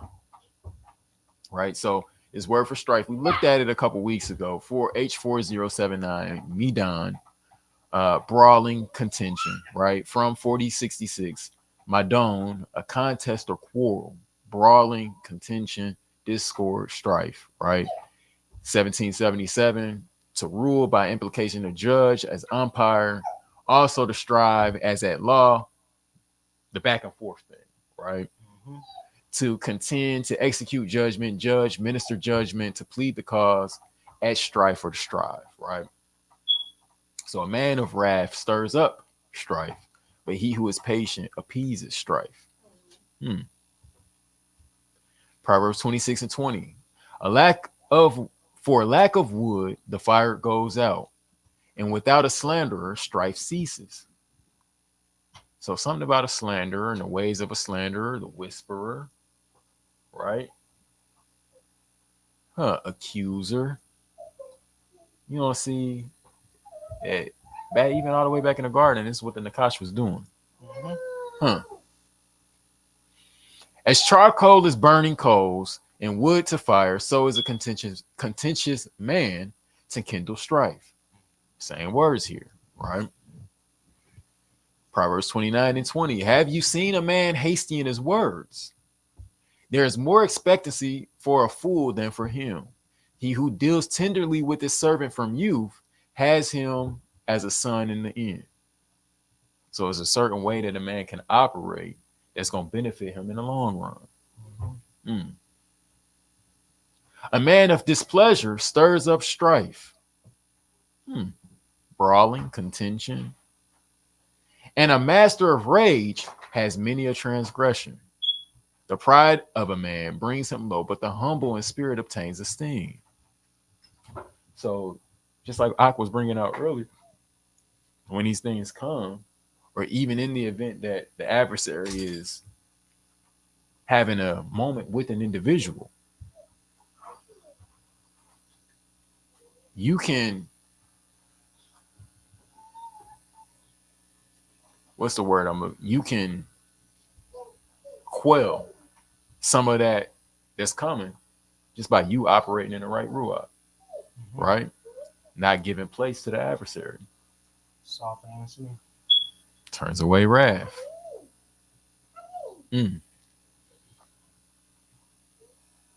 All praises. Humility, right? Humble in spirit obtain esteem.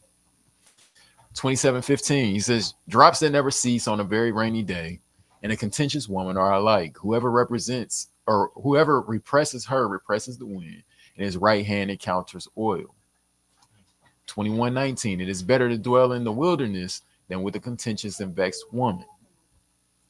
Proverbs 17:14, the beginning of strife is like releasing water. Therefore, stop fighting before it breaks out, right? So now that means that on both sides, we all can be open to this, right? Oh, yeah. All praises. So notice these tactics can be used in all relationships and are still being used to disrupt the unity today, right? Willie Lynch letter, we familiar with it, I'm sure. If we not, we about to be familiar with it today. All praises. Right. It says, gentlemen, this is a letter that was written by a slave, right? Putting everybody else over here on this side of the shore is up on game. Y'all having problems with your slaves? You doing it right. I'm gonna show you how you can really make a slave. Says, gentlemen, I greet you here on the banks of the James River in the year of our Lord 1712, right? So 1712. First, I shall thank you, the gentlemen of the colony of Virginia, for bringing me here. I am here to help you solve some of your problems with slaves. With invitation, when your invitation reached me on my modest plantation in the West Indies, where I have experimented with some of the newest and still the oldest methods for control of slaves. So that means that this wasn't just a thing that was during this particular dispensation of time that he talking about. This play been being ran. Ancient Ruachs. Woo! Mm. Mm.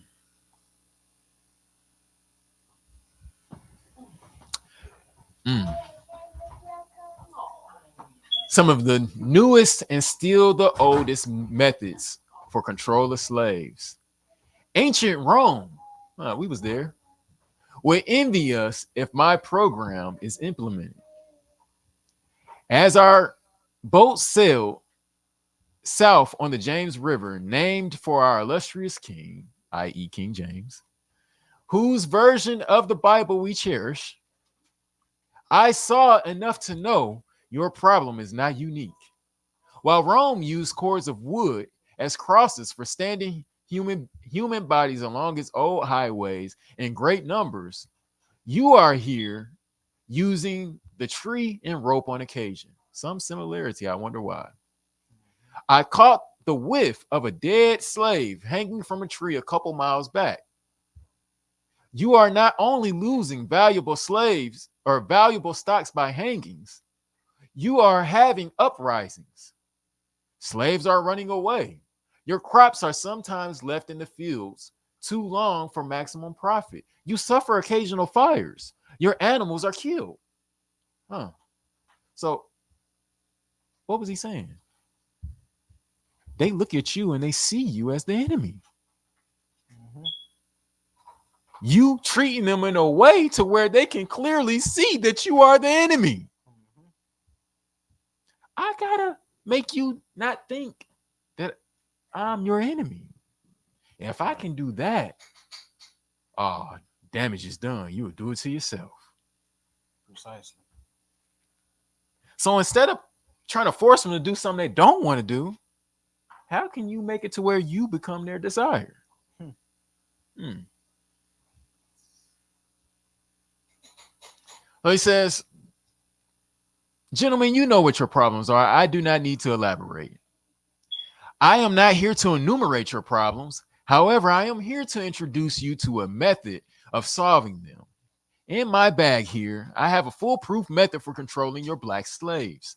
I guarantee every one of you that if it is installed correctly, it will control the slaves for at least 300 years. My method is simple. Any member of your family or your overseer can use it. I have outlined a number of differences among the slaves, and I take these differences and make them bigger. I use fear, distrust, and envy for control purposes. These methods have worked on my modest plantation in the West Indies, and it will work throughout the South.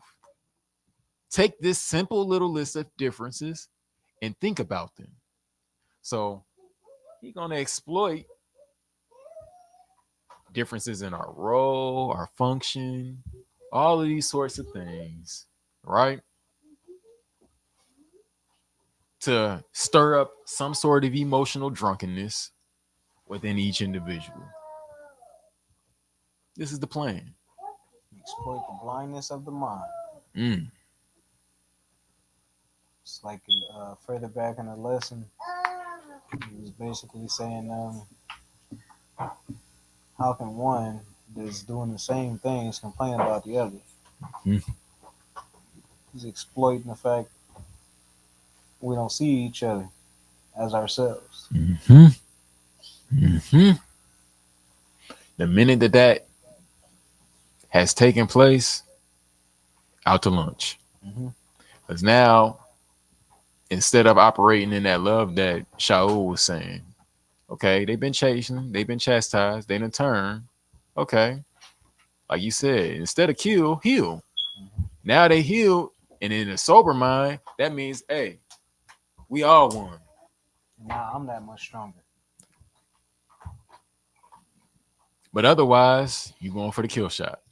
Mm-hmm. Now seeing just how you weaken in yourself. Hmm. And now you gonna have to get dealt with. That's that. I got my debt forgiven, and now I'm shaking up, then pulling up this man, choking him all up for a lesser amount. Come on.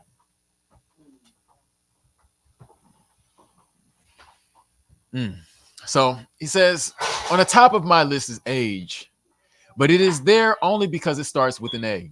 The second is color or shade.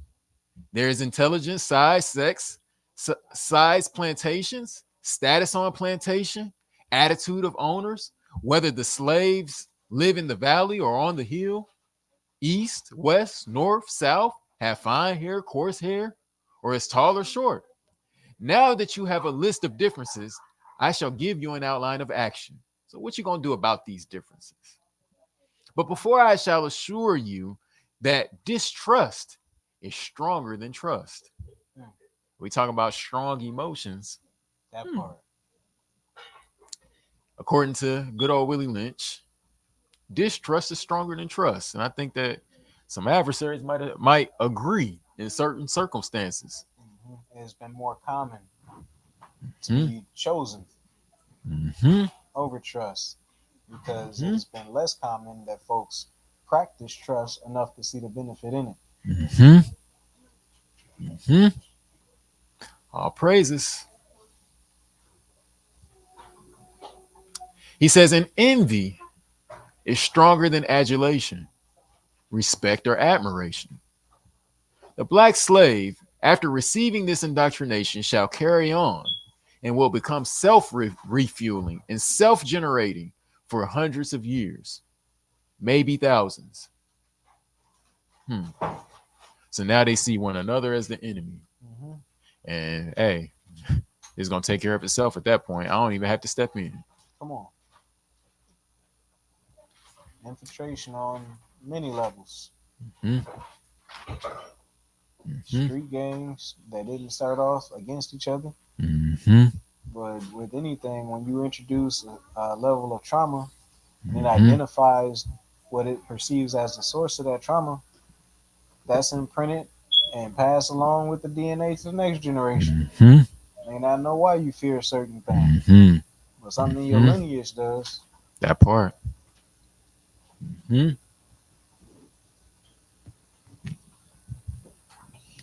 He says, don't forget, you must pitch the old black male versus the young black male, and the young black male against the old black male.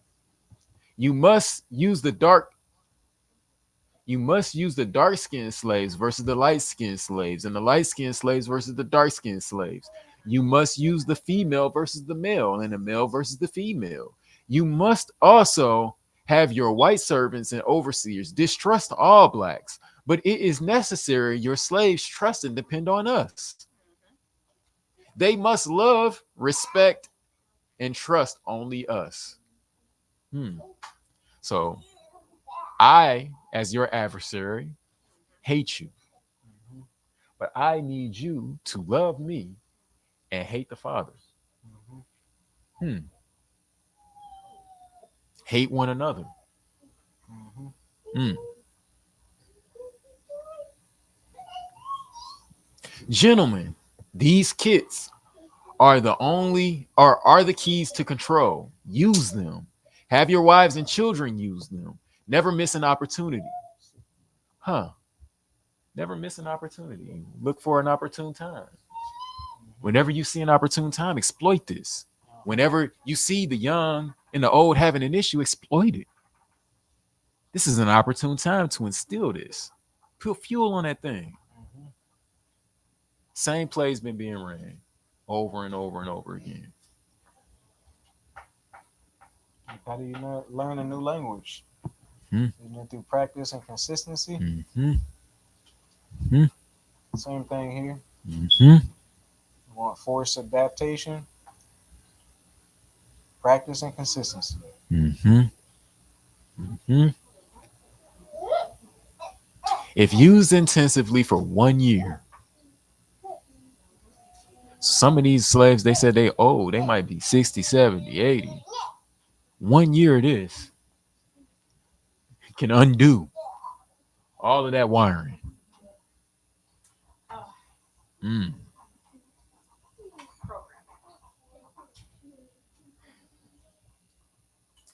The slaves themselves will remain perpetually distrustful. Thank you, gentlemen.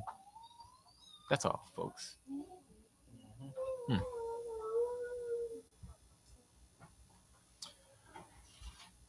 So now, with this being said, and we getting close to the end, I appreciate y'all's patience. But with this being said, this was something that was warned against amongst those of the covenant. So there was an environment that was structured to maintain unity within the community through order and accentuating each one's respective strengths, right? So now notice here I'm calling them our strengths, but that letter we just read, he called them what? Differences, right? Hmm. So each part of the body had differences, but as members of the body, all had something to offer to the body as long as they functioned as the Father called them to. Right. So 1 Peter 5:1. Right. So we looked at uh, verse 8 earlier. Now we're gonna see verse 8 in context. Right. It says, therefore, as fellow elder and as a fellow elder and witness of the sufferings of Mashiach, and also a sharer of the esteem that is to be revealed, I appeal to the elders among you. So now I'm talking to the elders among you. Shepherd the flock of Elohim, which is among you, serving as overseers, not by compulsion, but voluntarily, not out of greed for filthy gain, but eagerly, neither as being masters, or as they would say, Lord to lord it over those entrusted to you, but being examples to the flock. And when the chief shepherd appears, you shall receive the never fading crown of esteem. In the same way, you younger ones, be subject to elders and gird yourselves with humility toward one another. For Elohim resists the proud, but gives favor to the humble. Humble yourselves then under the mighty hand of Elohim, so that he exalts you in due time, casting all your worry upon him, for he is concerned about you. Be sober. Don't let your emotions cause you to be unstable. Right? It's some things that the old are going to say or do or ask out of the younger that they not going to understand. Certain things that the young gonna see that the older might not be able to see. Right? One way or the other. Learn how to submit yourselves one to another so that you don't allow the adversary to be able to work in this. Right? Utilize these differences and these strengths. We're gonna see as he says, or as it said in another place.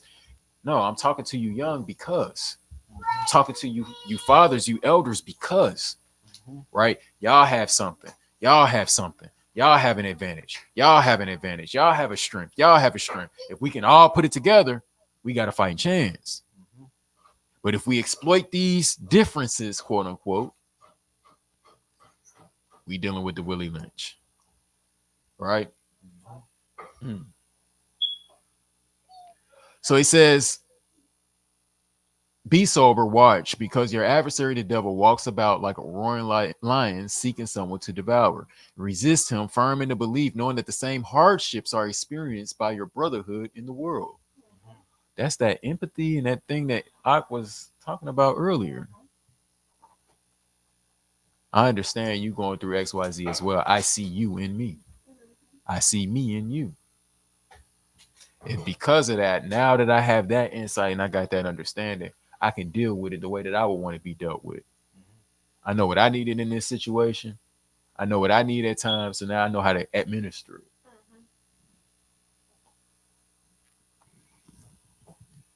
And the Elohim of all favor, who called you to his everlasting esteem by Mashiach Yahusha, after you have suffered a while, there's going to be some suffering, himself perfect, establish, strengthen, and settle you, right? So these emotions get stirred up, but if you endure through it, you'll allow him to settle you, and bring you back to baseline, keep you in a sober state. Mhm. To him be the esteem and the might forever and ever. I mean, And all that we're going through, we must strive not to frustrate the Heavenly Father so that he doesn't turn us over to a can't get right mind. that part. That part.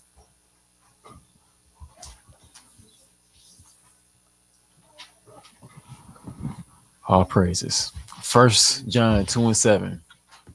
He says, Beloved, I write no fresh command to you, but an old command which you have had from the beginning. The old command is the word which you heard from the beginning. So now notice, real similar to the plays that's been being ran, right? An old plan, but it's a new plan, right? Yep. The solution is a old solution and a new solution. So notice it's the same thing on both sides. The Father is the same and he ain't changing. This is still the solution across the board. Yep. This is still the way that they're gonna be able to disrupt the unity. This is still the way that you're gonna be able to combat that and to be able to maintain unity. Yeah. Again, I write you a fresh command, which is true in him and in you, because the darkness is passing away, and the true light now shines. We talked about having understanding darkened and all of this stuff earlier. The one who says he is in the light and hates his brother is in the darkness until now. The one who loves his brother stays in the light, and there is no stumbling block in him. But the one who hates his brother is in the darkness and walks in the darkness and does not know where he is going. Talked about that, right? Because the darkness has blinded his eyes. I write to you, little children, because your sins have been forgiven on account of his name. I write to you, fathers. So now, again, all of these different parts. Because you have known him from the beginning. I write to you, young men, because you have overcome the wicked one. I write to you, little children, because you have known the Father. I write to you, fathers, because you have known him from the beginning. I wrote to you, young men, because you are strong, and the word of Elohim stays in you, and you have overcome the wicked one. Now, why did he keep saying it like that? He emphasizing the old might not be strong no more, right? But hey, no, look, they got something. They've known them from the beginning, right? So y'all know, y'all got the wisdom to pass on to the next generation. I'm writing to you strong. Y'all got y'all youth on your side. Y'all still have your vitality, your strength on your side, right? Use that for the body. So now you can pull some weight for the old who can't pull that weight, right? You ain't. How many times have you seen? I'll put it this way. Older people have a certain temperance, right? The youth have a certain rowdiness, right? Extra energy. A little bit extra energy, right?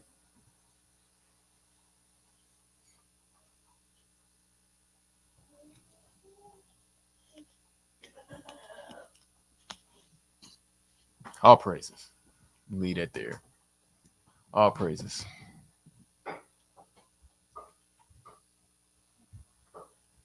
All praises. Everybody, every role, every position, everybody has something to offer to the benefit of the body. The trick is to get us to start to compete against one another, right? Now everybody trying to throw what they need to throw into the pot when that's not what we need right now, right? Too many chefs in the kitchen trying to do the same thing when we can have all these chefs in the kitchen doing something different and it's going to benefit, right? Absolutely. Titus 2:1, he says, but you speak what is fitting for sound teaching. The older men are to be sober. Here we go again. Serious, sensible, sound in belief, in love, in endurance.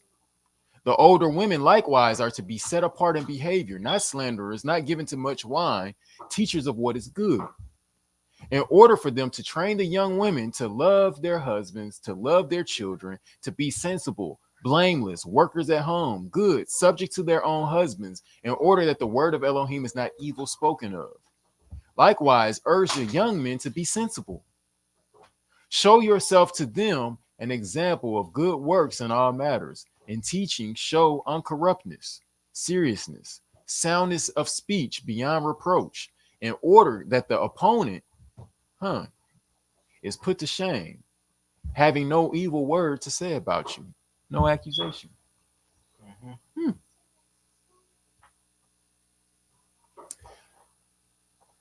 Kills the Willie Lynch.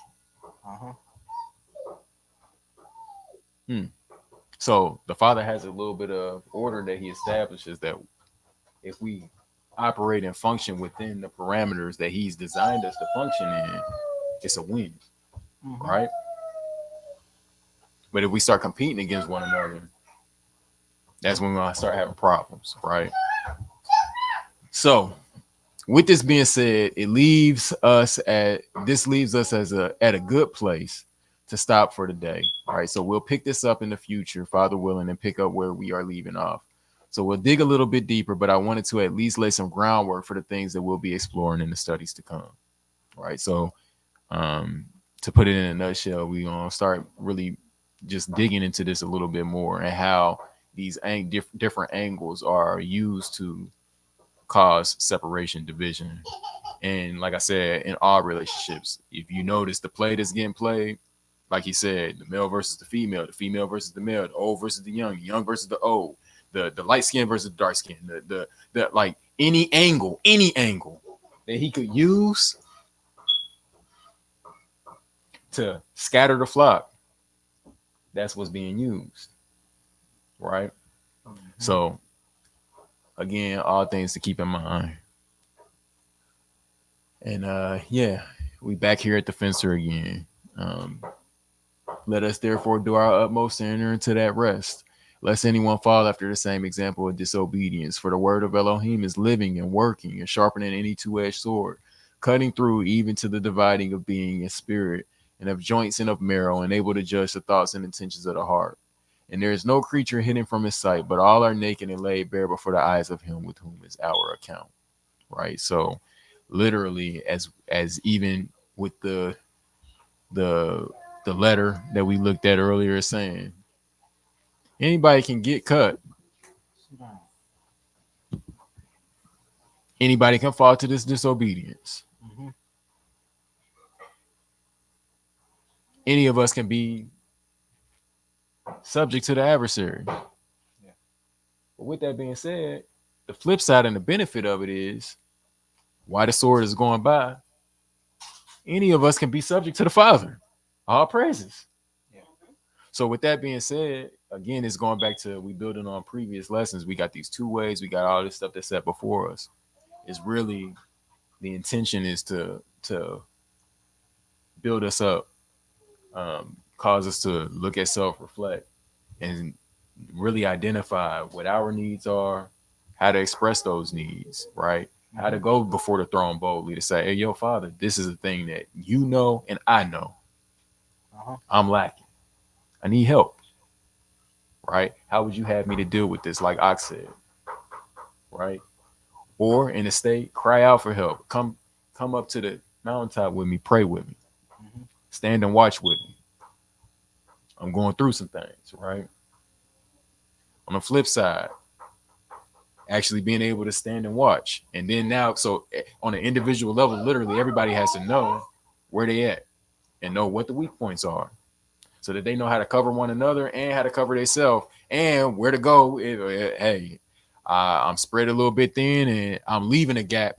And as much as I know the gap is there and I'm trying to cover it, I'm too spread thin. My hands is full. I'm juggling too much. Cover this for me, right? Have my back.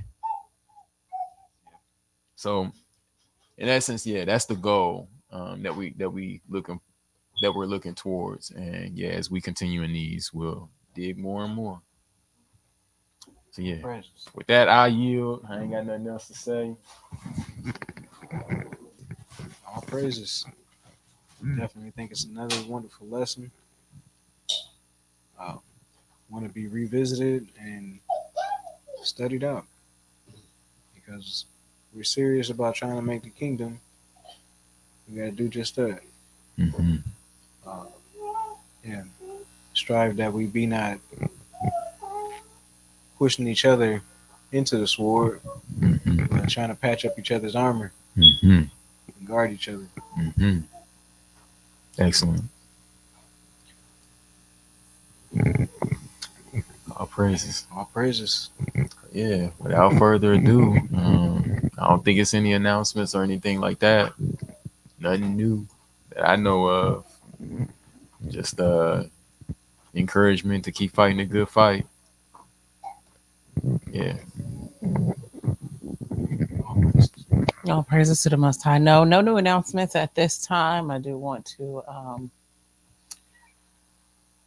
just say uh, and really reiterate Tove lesson. I was listening from afar, over there, and it just kept making me think on. I just kept going back to the example of the alcohol, being sober, being sober, being sober, and what that really means. Because if you know what alcohol does to your brain, it messes with your neurotransmitters.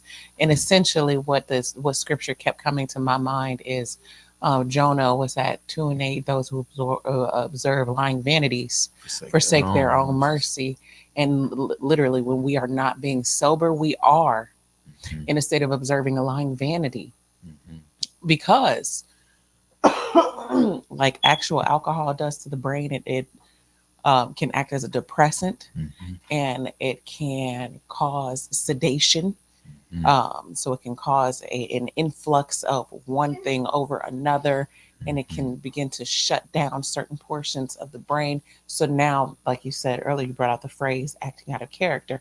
Now you are acting out of character. I've heard it said, oh, when people are drunk, they're going to tell you the truth. No, they're just going to tell you something. Mhm. It might not necessarily be the truth because now, yeah, they're emboldened by a toxin.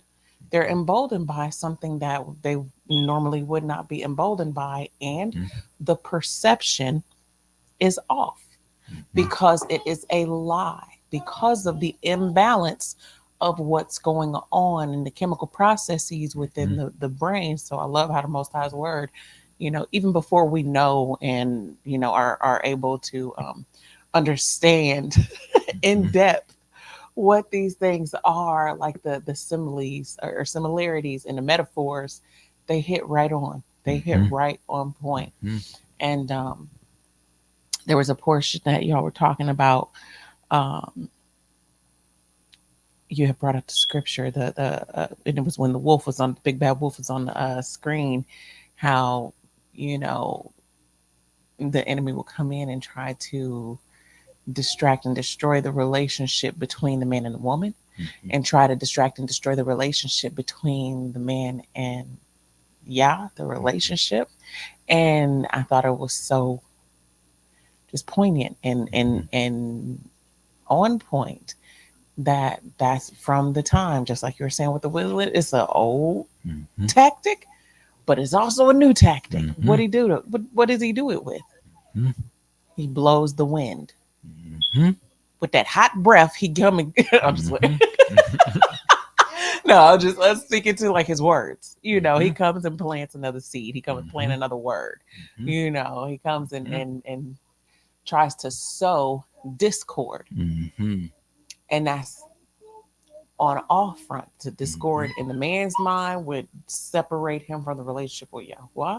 Mhm. The discord in the woman's mind will come and separate from the relationship between her and her ish. Mhm.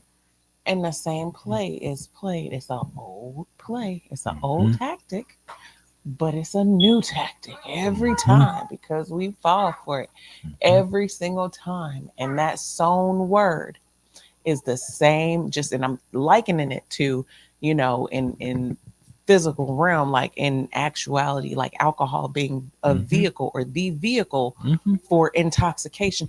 That word is the vehicle. That sown discord is the vehicle for your emotional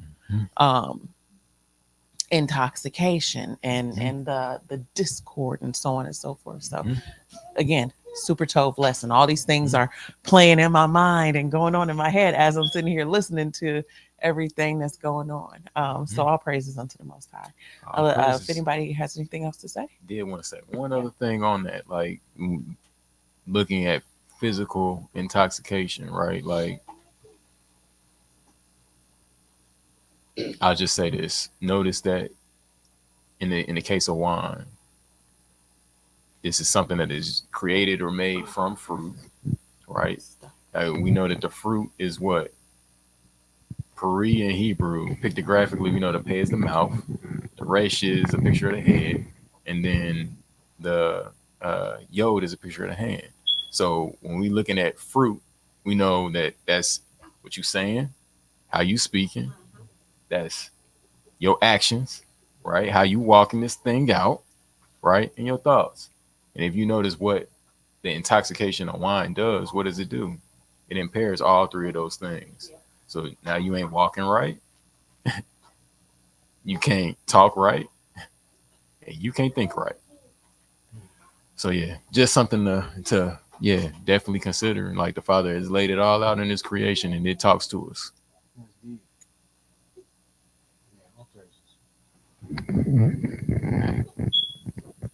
That be all.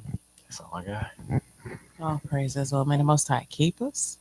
May the Most High make us exponentially more than we are this day. May that be for our tov and not for our evil. May he hear us in our times of distress. And may we humble ourselves before him that he may lift us up. And may we be pleasing in his sight. And may his name be praised for all times. Let that be so. All praise to the Most High, let it be so. Shabbat shalom. Shabbat shalom.